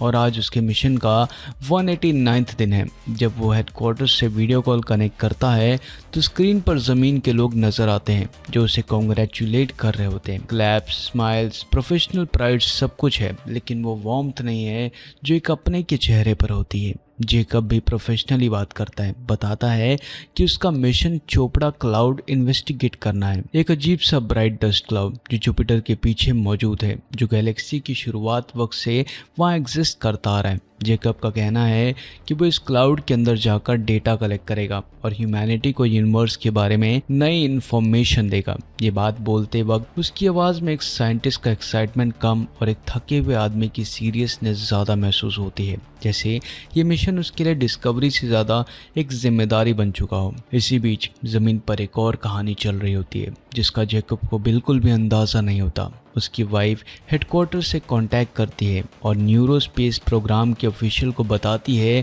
कि वो जेकब से अलग होना चाहती है। उसकी आवाज़ में गुस्सा कम और टूटा हुआ दर्द ज़्यादा होता है। वो बताती है कि जब वो प्रेग्नेंट थी, जब उसे जेकब की सबसे ज़्यादा ज़रूरत थी, तब जेकब स्पेस में था, अनरीचेबल था और उस अकेलेपन और स्ट्रेस के बीच उसका बच्चा पैदा होने से पहले ही मर गया। ये कैसा ट्रॉमा था जिसके बाद वो और जेकब एक साथ नहीं रह सकते। लेकिन ऑफिशियल ये सच जेकब से छुपा लेते हैं क्योंकि वो जानते हैं कि इतनी दूर स्पेस में अकेला आदमी अगर इमोशनली टूट गया तो मिशन के साथ साथ जिंदगी भी खतरे में पड़ सकती है। जेकब की मेंटल स्टेट धीरे धीरे और ज्यादा अनस्टेबल होते जा रही होती है। उसे बार बार नाइटमेयर्स आ रहे होते हैं जहाँ कीड़े उसके नाक, आंखों और कानों के अंदर घुस रहे होते हैं। वो चीख कर उठ जाता है पसीने से भीगा हुआ और रियलाइज करता है कि ये सिर्फ एक सपना था। लेकिन प्रॉब्लम ये है कि सपना और रियलिटी के बीच डिफरेंस उसके लिए धीरे धीरे ब्लर होता जा रहा होता है। उसकी वाइफ का कॉल ना उठाना, उसकी आवाज़ का साइलेंस, ये सब उसके दिमाग को अंदर से खोखला करता जा रहा था। हेडक्वार्टर से एक और अपडेट आता है कि साउथ कोरिया का एक स्पेसशिप उसके पास पहुंचने वाला है। मतलब जेकब के पास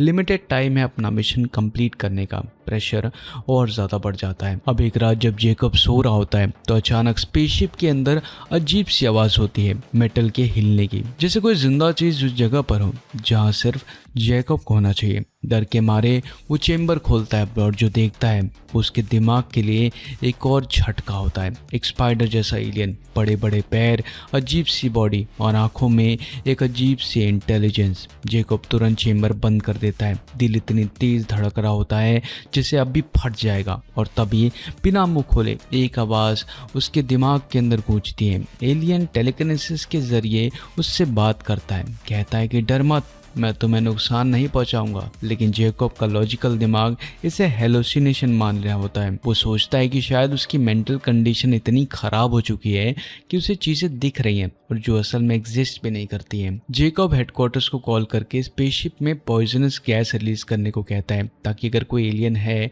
तो वो मर जाए। लेकिन जब गैस का इफेक्ट खत्म होता है और वो बाहर आता है तो देखता है कि एलियन जिंदा है, बिल्कुल शांत, बिल्कुल वैसे ही जैसे पहले था। और वो दोबारा दिमाग के अंदर बोलता है कि ना तो मुझे तुम्हारी गैस से नुकसान हुआ और ना ही मैं तुम्हें नुकसान पहुंचाने आया हूँ। वो बताता है कि वो भी एक रिसर्चर है और जेकब की लोनलेस उसे महसूस हो रही है। जेकब इस बात से और ज़्यादा डिस्टर्ब हो जाता है, इतना कि वो स्लीपिंग पिल्स लेके सो जाता है। जब वो उठता है तो उसके सामने उसकी वाइफ की यादें चल रही होती है, उनका प्यार, उनकी हंसी, उनका साथ। जेकब पूछता है क्या ये सब एलियन कर रहा है। एलियन मान लेता है क्योंकि वो जेकब को उसका अकेलापन महसूस करवाना चाहता है। धीरे धीरे दोनों बात करने लगते हैं। जेकब एलियन को पीनट बटर खिलाता है जो उसे बहुत पसंद आता है। यहीं पर उनके बीच एक अजीब सी बॉन्डिंग शुरू हो जाती है। जेकब एलियन का नाम हनुस रख देता है। हनुस चोपड़ा क्लाउड के बारे में बहुत कुछ जानता है। बताता है कि ये क्लाउड गैलेक्सी के जन्म के वक्त से मौजूद है, जैसे यूनिवर्स का एक जख्म जो अभी भी चमक रहा है। हेनस जेकब को उसकी वाइफ और उसके फादर की यादें दिखाता है। जेकब बताता है कि उसका फादर मर चुका है और ये यादें उसे तोड़ देती है। इसी बीच चोपड़ा क्लाउड का एक पार्टिकल स्पेसशिप के अंदर आ जाता है। जेकब खुशी से भर जाता है, लेकिन हेनस बताता है कि इन पार्टिकल्स को पकड़ा नहीं जा सकता और तभी क्लाउड बहुत तेज स्पीड से उनकी तरफ बढ़ने लगता है। जेकब पैनिक कर जाता है, हाथ कांपने लगते हैं, लेकिन हेनस उसे हग करता है, शांत करता है और समझाता है कि ये क्लाउड नुकसान नहीं पहुंचाएगा, स्पेसशिप को सराउंड करेगा। इस एक्सपीरियंस के बाद हनुस जेकब के दिल के अंदर छुपे सच को देख लेता है कि कैसे जेकब ने अपनी वाइफ को अकेला छोड़ दिया था, कैसे उसने मिशन को फैमिली से ऊपर रखा। और ये जानकर हेनस उससे नफरत करने लगता है और उसे छोड़ने का फैसला करता है। जेकब रो पड़ता है, उसे रियलाइज होता है कि वो गलत था और पहली बार वो अपनी वाइफ को कॉल करके दिल से माफ़ी मांगता है। प्रॉमिस करता है कि ये उसका आखिरी मिशन होगा, अब वो सिर्फ फैमिली के साथ रहेगा। और उसकी वाइफ उस सिंसियरिटी को महसूस करके उसे माफ़ कर देती है। हेनस वापस आता है और जेकब को बताता है कि वो एक इन्फेक्शन से मर रहा है जिसमें उसकी स्पीशीज खत्म हो चुकी है। और फिर वो स्पेस के अंधेरों में चला जाता है। रास्ते में जेकब उससे आखिरी बार पीनट बटर देता है और फिर स्पेस इंसेक्ट हेनस को खा जाते हैं। मरने से पहले हेनस जेकब को उसकी वाइफ की पहली मुलाकात की याद दिखाता है, एक खुशी भरा पल। और यही जेकब समझ जाता है कि वो अपने वाइफ के बिना अधूरा है। आखिरी सीन में जेकब फिर से जंगल का सपना देखता है अपनी वाइफ के साथ। लेकिन ये भी एक डिल्यूजन होता है, अकेलापन उसके दिमाग को तोड़ चुका होता है। वो चोपड़ा क्लाउड के बीच खो जाता है और साउथ कोरिया टीम उसे रेस्क्यू करके अर्थ पर वापस ले आती है। मिशन कंप्लीट हो चुका होता है और आखिर में जैकब अपनी वाइफ से मिलता है, इस बार बिना स्पेस सूट के, बिना डिस्टेंस के, और यहीं पर फिल्म खत्म हो जाती है एक साइलेंट प्रॉमिस के साथ कि अब वो कभी अपने प्यार को स्पेस के अंधेरों में अकेला नहीं छोड़ेगा। ये कहानी स्पेसमैन की है और शुरुआत ही एक ऐसे पल से होती है जो सीधा दिमाग के अंदर घुस जाता है।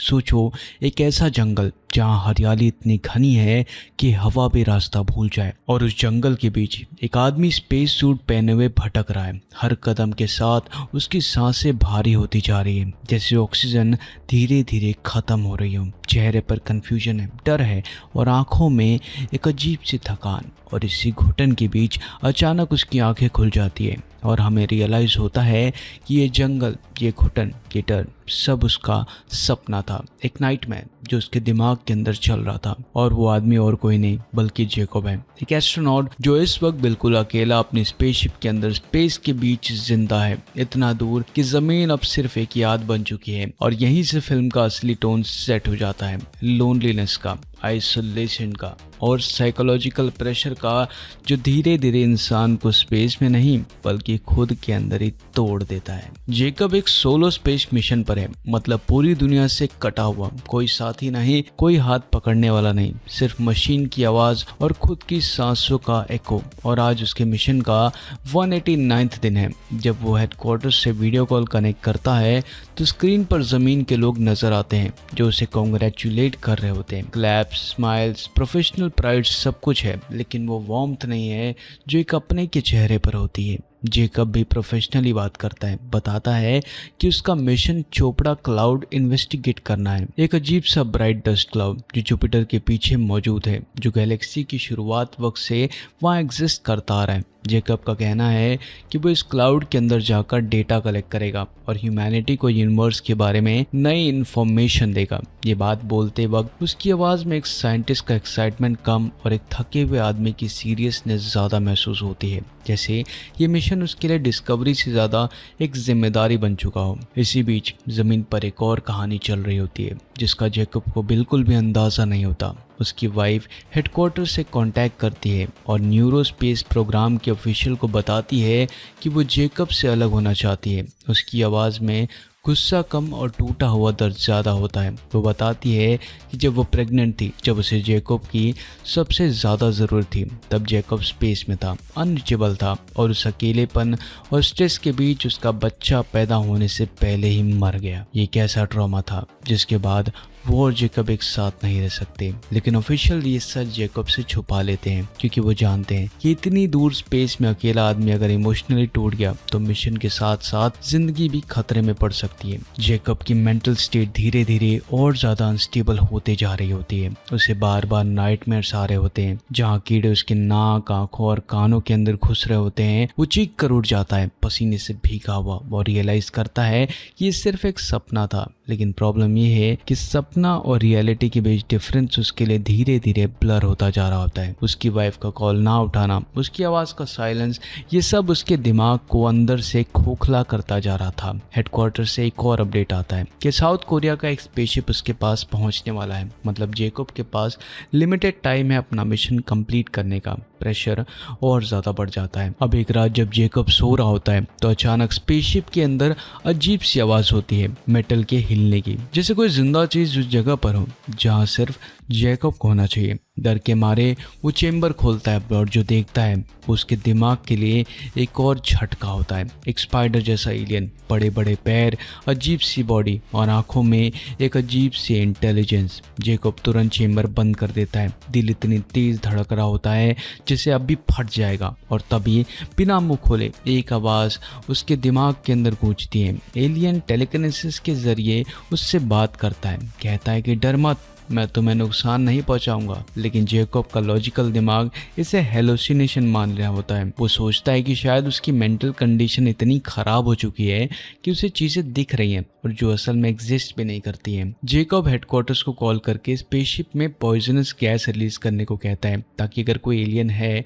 तो वो मर जाए। लेकिन जब गैस का इफेक्ट ख़त्म होता है और वो बाहर आता है तो देखता है कि एलियन जिंदा है, बिल्कुल शांत, बिल्कुल वैसे ही जैसे पहले था। और वो दोबारा दिमाग के अंदर बोलता है कि ना तो मुझे तुम्हारी गैस से नुकसान हुआ और ना ही मैं तुम्हें नुकसान पहुंचाने आया हूँ। वो बताता है कि वो भी एक रिसर्चर है और जेकब की लोनलेस उसे महसूस हो रही है। जेकब इस बात से और ज़्यादा डिस्टर्ब हो जाता है, इतना कि वो स्लीपिंग पिल्स लेके सो जाता है। जब वो उठता है तो उसके सामने उसकी वाइफ की यादें चल रही होती है, उनका प्यार, उनकी हंसी, उनका साथ। जेकब पूछता है क्या ये सब एलियन कर रहा है। एलियन मान लेता है क्योंकि वो जेकब को उसका अकेलापन महसूस करवाना चाहता है। धीरे धीरे दोनों बात करने लगते हैं। जेकब एलियन को पीनट बटर खिलाता है जो उसे बहुत पसंद आता है। यहीं पर उनके बीच एक अजीब सी बॉन्डिंग शुरू हो जाती है। जेकब एलियन का नाम हनुस रख देता है। हनुस चोपड़ा क्लाउड के बारे में बहुत कुछ जानता है। बताता है कि ये क्लाउड गैलेक्सी के जन्म के वक्त से मौजूद है, जैसे यूनिवर्स का एक जख्म जो अभी भी चमक रहा है।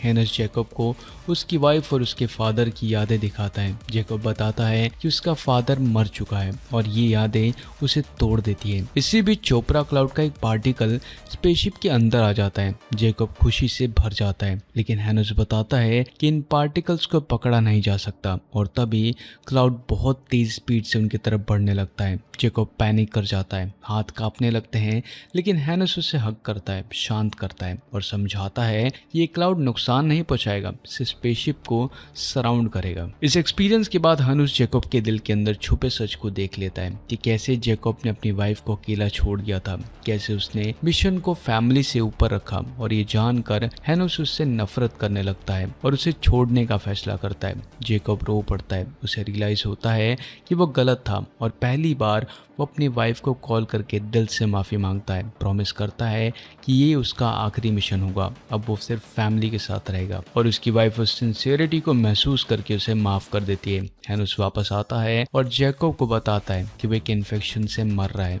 जिसमें उसकी स्पीशीज खत्म हो चुकी है। और फिर वो स्पेस के अंधेरों में चला जाता है। रास्ते में जैकब उससे आखिरी बार पीनट बटर देता है और फिर स्पेस इंसेक्ट हेनस को खा जाते हैं। मरने से पहले हेनस जैकब को उसकी वाइफ की पहली मुलाकात की याद दिखाता है, एक खुशी भरा पल। और यही जैकब समझ जाता है कि वो अपने वाइफ के बिना अधूरा है। आखिरी सीन में जैकब फिर से जंगल का सपना देखता है अपनी वाइफ के साथ, लेकिन ये भी एक डिल्यूजन होता है। अकेलापन उसके दिमाग को तोड़ चुका होता है। वो चोपड़ा क्लाउड के बीच खो जाता है और साउथ कोरिया टीम उसे रेस्क्यू करके अर्थ पर वापस ले आती है। मिशन कंप्लीट हो चुका होता है और आखिर में जैकब अपनी वाइफ से मिलता है, इस बार बिना स्पेस सूट के, बिना डिस्टेंस के। और यहीं पर फिल्म खत्म हो जाती है एक साइलेंट प्रॉमिस के साथ कि अब वो कभी अपने प्यार को स्पेस के अंधेरों में अकेला नहीं छोड़ेगा। ये कहानी स्पेसमैन की है और शुरुआत ही एक ऐसे पल से होती है जो सीधा दिमाग के अंदर घुस जाता है।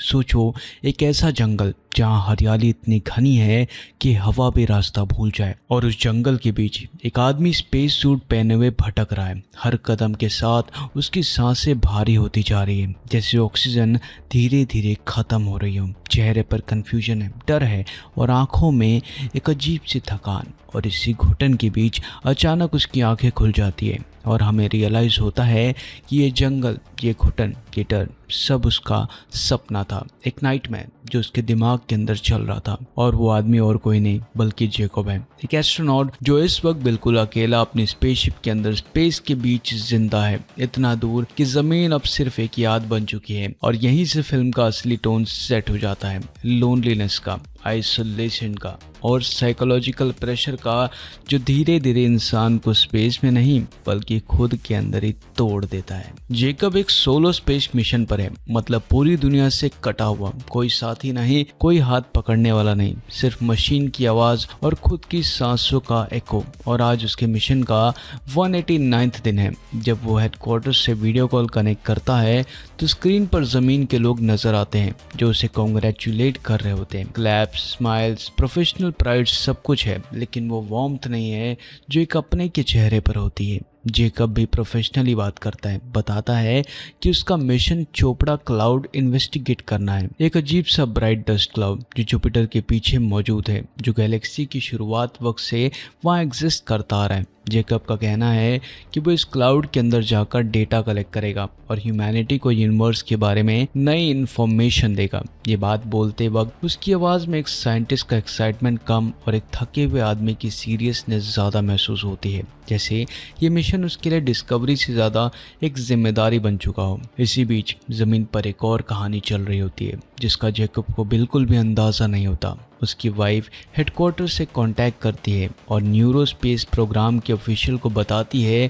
कि वो जैकब से अलग होना चाहती है। उसकी आवाज़ में गुस्सा कम और टूटा हुआ दर्द ज़्यादा होता है। वो बताती है कि जब वो प्रेग्नेंट थी, जब उसे जैकब की सबसे ज़्यादा ज़रूरत थी, तब जैकब स्पेस में था, अनरीचेबल था और उस अकेलेपन और स्ट्रेस के बीच उसका बच्चा पैदा होने से पहले ही मर गया। ये कैसा ट्रॉमा था जिसके बाद वो और जैकब एक साथ नहीं रह सकते। लेकिन ऑफिशियल ये सच जैकब से छुपा लेते हैं क्योंकि वो जानते हैं कि इतनी दूर स्पेस में अकेला आदमी अगर इमोशनली टूट गया तो मिशन के साथ साथ जिंदगी भी खतरे में पड़ सकती है। जैकब की मेंटल स्टेट धीरे धीरे और ज्यादा अनस्टेबल होते जा रही होती है। उसे बार बार नाइटमेयर्स आ रहे होते हैं जहाँ कीड़े उसके नाक, आंखों और कानों के अंदर घुस रहे होते हैं। वो चीख कर उठ जाता है पसीने से भीगा हुआ और रियलाइज करता है कि ये सिर्फ एक सपना था। लेकिन प्रॉब्लम ये है कि सपना और रियलिटी के बीच डिफरेंस उसके लिए धीरे धीरे ब्लर होता जा रहा होता है। उसकी वाइफ का कॉल ना उठाना, उसकी आवाज़ का साइलेंस, ये सब उसके दिमाग को अंदर से खोखला करता जा रहा था। हेडक्वार्टर से एक और अपडेट आता है कि साउथ कोरिया का एक स्पेसशिप उसके पास पहुंचने वाला है। मतलब जैकब के पास लिमिटेड टाइम है अपना मिशन कंप्लीट करने का। प्रेशर और ज़्यादा बढ़ जाता है। अब एक रात जब जैकब सो रहा होता है तो अचानक स्पेसशिप के अंदर अजीब सी आवाज़ होती है, मेटल के हिलने की, जैसे कोई जिंदा चीज़ उस जगह पर हो जहाँ सिर्फ जैकब को होना चाहिए। डर के मारे वो चेम्बर खोलता है और जो देखता है वो उसके दिमाग के लिए एक और झटका होता है। एक स्पाइडर जैसा एलियन, बड़े बड़े पैर, अजीब सी बॉडी और आंखों में एक अजीब सी इंटेलिजेंस। जैकब तुरंत चेम्बर बंद कर देता है। दिल इतनी तेज धड़क रहा होता है जैसे अभी फट जाएगा और तभी बिना मुंह खोले एक आवाज़ उसके दिमाग के अंदर गूंजती है। एलियन टेलीकिनेसिस के जरिए उससे बात करता है, कहता है कि डर मत, मैं तुम्हें नुकसान नहीं पहुंचाऊंगा। लेकिन जैकब का लॉजिकल दिमाग इसे हेलोसिनेशन मान रहा होता है। वो सोचता है कि शायद उसकी मेंटल कंडीशन इतनी खराब हो चुकी है कि उसे चीज़ें दिख रही हैं और जो असल में एग्जिस्ट भी नहीं करती हैं। जैकब हेडक्वार्टर्स को कॉल करके स्पेसशिप में पॉइजनस गैस रिलीज करने को कहता है ताकि अगर कोई एलियन है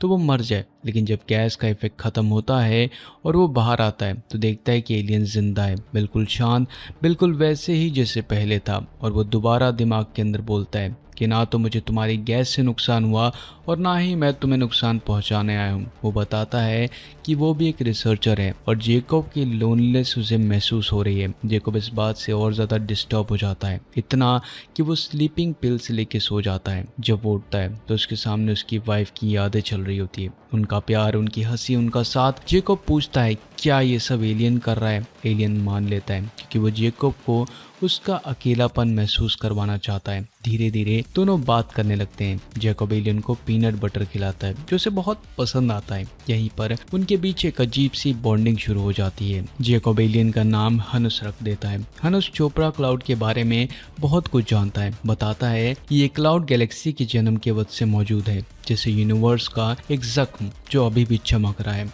हेनस जैकब को उसकी वाइफ और उसके फादर की यादें दिखाता है। जैकब बताता है कि उसका फादर मर चुका है और ये यादें उसे तोड़ देती है। इसी बीच चोपड़ा क्लाउड का एक पार्टिकल स्पेसशिप के अंदर आ जाता है। जैकब खुशी से भर जाता है, लेकिन हेनस बताता है कि इन पार्टिकल्स को पकड़ा नहीं जा सकता और तभी क्लाउड बहुत तेज स्पीड से उनकी तरफ बढ़ने लगता है। जैकब पैनिक कर जाता है, हाथ कांपने लगते हैं, लेकिन हेनस उसे हग करता है, शांत करता है और समझाता है कि ये क्लाउड नुकसान नहीं पहुंचाएगा, स्पेसशिप को सराउंड करेगा। इस एक्सपीरियंस के बाद हनुस जैकब के दिल के अंदर छुपे सच को देख लेता है कि कैसे जैकब ने अपनी वाइफ को अकेला छोड़ दिया था, कैसे उसने मिशन को फैमिली से ऊपर रखा। और ये जानकर हेनस उससे नफरत करने लगता है और उसे छोड़ने का फैसला करता है। जैकब रो पड़ता है, उसे रियलाइज होता है कि वो गलत था और पहली बार वो अपनी वाइफ को कॉल करके दिल से माफ़ी मांगता है। प्रॉमिस करता है कि ये उसका आखिरी मिशन होगा, अब वो सिर्फ फैमिली के साथ रहेगा। और उसकी वाइफ उस सिंसियरिटी को महसूस करके उसे माफ़ कर देती है।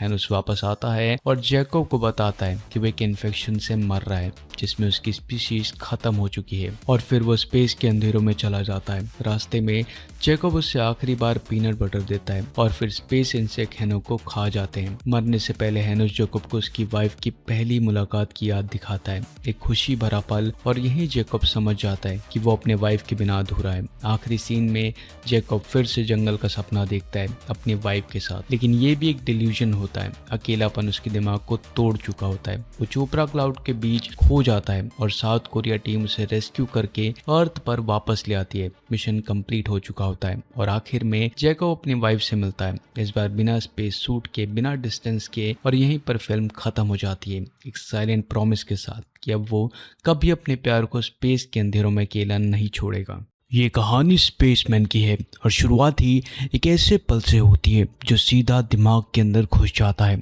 सोचो, एक ऐसा जंगल जहाँ हरियाली इतनी घनी है कि हवा भी रास्ता भूल जाए, और उस जंगल के बीच एक आदमी स्पेस सूट पहने हुए भटक रहा है। हर कदम के साथ उसकी सांसें भारी होती जा रही है, जैसे ऑक्सीजन धीरे धीरे खत्म हो रही हो। चेहरे पर कंफ्यूजन है, डर है और आंखों में एक अजीब सी थकान। और इसी घुटन के बीच अचानक उसकी आंखें खुल जाती है और हमें रियलाइज होता है कि ये जंगल, ये घुटन, ये डर सब उसका सपना था, एक नाइटमेयर जो उसके दिमाग के अंदर चल रहा था। और वो आदमी और कोई नहीं बल्कि जैकब है, एक एस्ट्रोनॉट जो इस वक्त बिल्कुल अकेला अपनी स्पेसशिप के अंदर स्पेस के बीच जिंदा है, इतना दूर कि जमीन अब सिर्फ एक याद बन चुकी है। और यहीं से फिल्म का असली टोन सेट हो जाता है, लोनलीनेस का, आइसोलेशन का और साइकोलॉजिकल प्रेशर का, जो धीरे धीरे इंसान को स्पेस में नहीं बल्कि खुद के अंदर ही तोड़ देता है। जैकब एक सोलो स्पेस मिशन पर है, मतलब पूरी दुनिया से कटा हुआ, कोई साथी नहीं, कोई हाथ पकड़ने वाला नहीं, सिर्फ मशीन की आवाज और खुद की सांसों का एको। और आज उसके मिशन का 189वां दिन है। जब वो हेडक्वार्टर से वीडियो कॉल कनेक्ट करता है तो स्क्रीन पर जमीन के लोग नजर आते हैं जो उसे कॉन्ग्रेचुलेट कर रहे होते हैं। क्लैप्स, स्माइल्स, प्रोफेशनल प्राइड सब कुछ है, लेकिन वो वार्मथ नहीं है जो एक अपने के चेहरे पर होती है। जैकब भी प्रोफेशनली बात करता है, बताता है कि उसका मिशन चोपड़ा क्लाउड इन्वेस्टिगेट करना है, एक अजीब सा ब्राइट डस्ट क्लाउड जो जुपिटर के पीछे मौजूद है, जो गैलेक्सी की शुरुआत वक्त से वहाँ एग्जिस्ट करता आ रहा है। जैकब का कहना है कि वो इस क्लाउड के अंदर जाकर डेटा कलेक्ट करेगा और ह्यूमैनिटी को यूनिवर्स के बारे में नई इन्फॉर्मेशन देगा। ये बात बोलते वक्त उसकी आवाज़ में एक साइंटिस्ट का एक्साइटमेंट कम और एक थके हुए आदमी की सीरियसनेस ज़्यादा महसूस होती है, जैसे ये मिशन उसके लिए डिस्कवरी से ज़्यादा एक जिम्मेदारी बन चुका हो। इसी बीच ज़मीन पर एक और कहानी चल रही होती है जिसका जैकब को बिल्कुल भी अंदाज़ा नहीं होता। उसकी वाइफ हेडक्वार्टर से कांटेक्ट करती है और न्यूरोस्पेस प्रोग्राम के ऑफिशियल को बताती है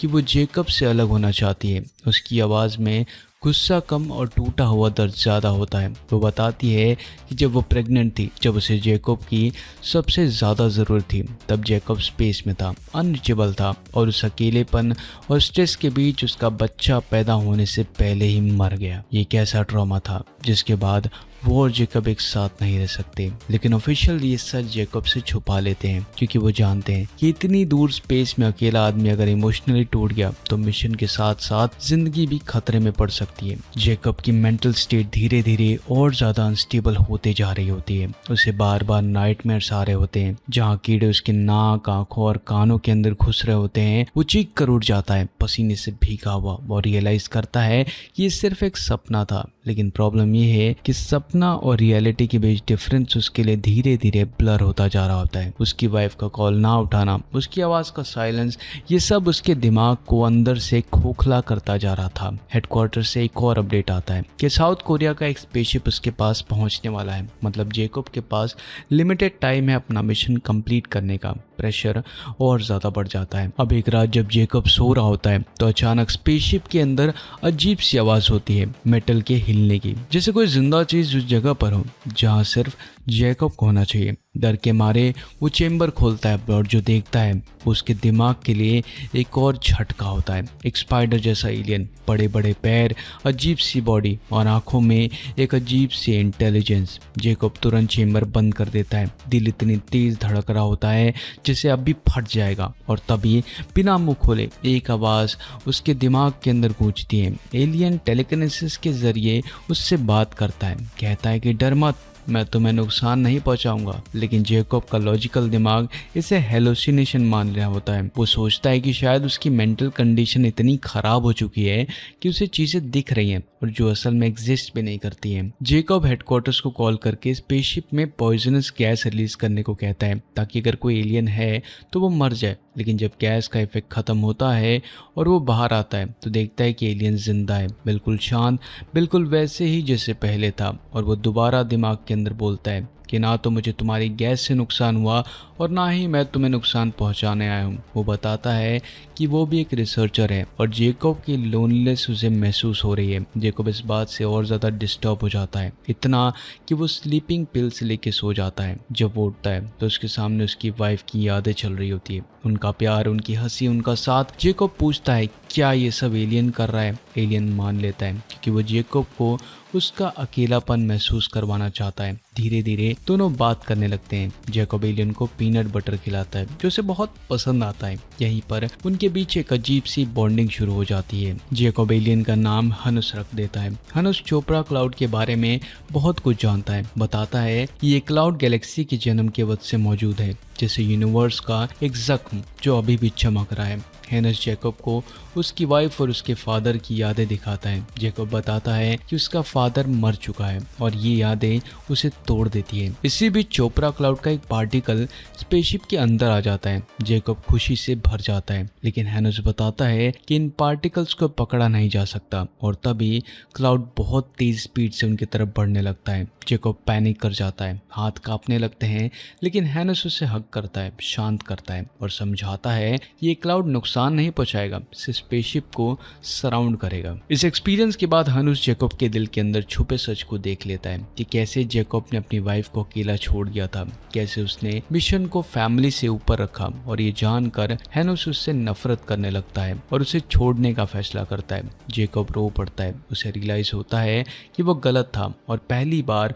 वो अपनी वाइफ को कॉल करके दिल से माफ़ी मांगता है। प्रॉमिस करता है कि ये उसका आखिरी मिशन होगा, अब वो सिर्फ फैमिली के साथ रहेगा। और उसकी वाइफ उस सिंसियरिटी को महसूस करके उसे माफ़ कर देती है। हेनुस वापस आता है और जेकब को बताता है कि वो एक इन्फेक्शन से मर रहा है जिसमें उसकी स्पीशीज खत्म हो चुकी है। और फिर वो स्पेस के अंधेरों में चला जाता है। रास्ते में जेकब उससे आखिरी बार पीनट बटर देता है और फिर स्पेस इंसेक्ट हेनो को खा जाते हैं। मरने से पहले हेनुस जेकब को उसकी वाइफ की पहली मुलाकात की याद दिखाता है, एक खुशी भरा पल। और यही जेकब समझ जाता है कि वो अपने वाइफ के बिना अधूरा है। आखिरी सीन में जेकब फिर से जंगल का सपना देखता है अपनी वाइफ के साथ, लेकिन ये भी एक डिल्यूजन होता है। अकेलापन उसके दिमाग को तोड़ चुका होता है। वो चोपड़ा क्लाउड के बीच खो जाता है और साउथ कोरिया टीम उसे रेस्क्यू करके अर्थ पर वापस ले आती है। मिशन कंप्लीट हो चुका होता है और आखिर में जेकब अपनी वाइफ से मिलता है, इस बार बिना स्पेस सूट के, बिना डिस्टेंस के। और यहीं पर फिल्म खत्म हो जाती है एक साइलेंट प्रॉमिस के साथ कि अब वो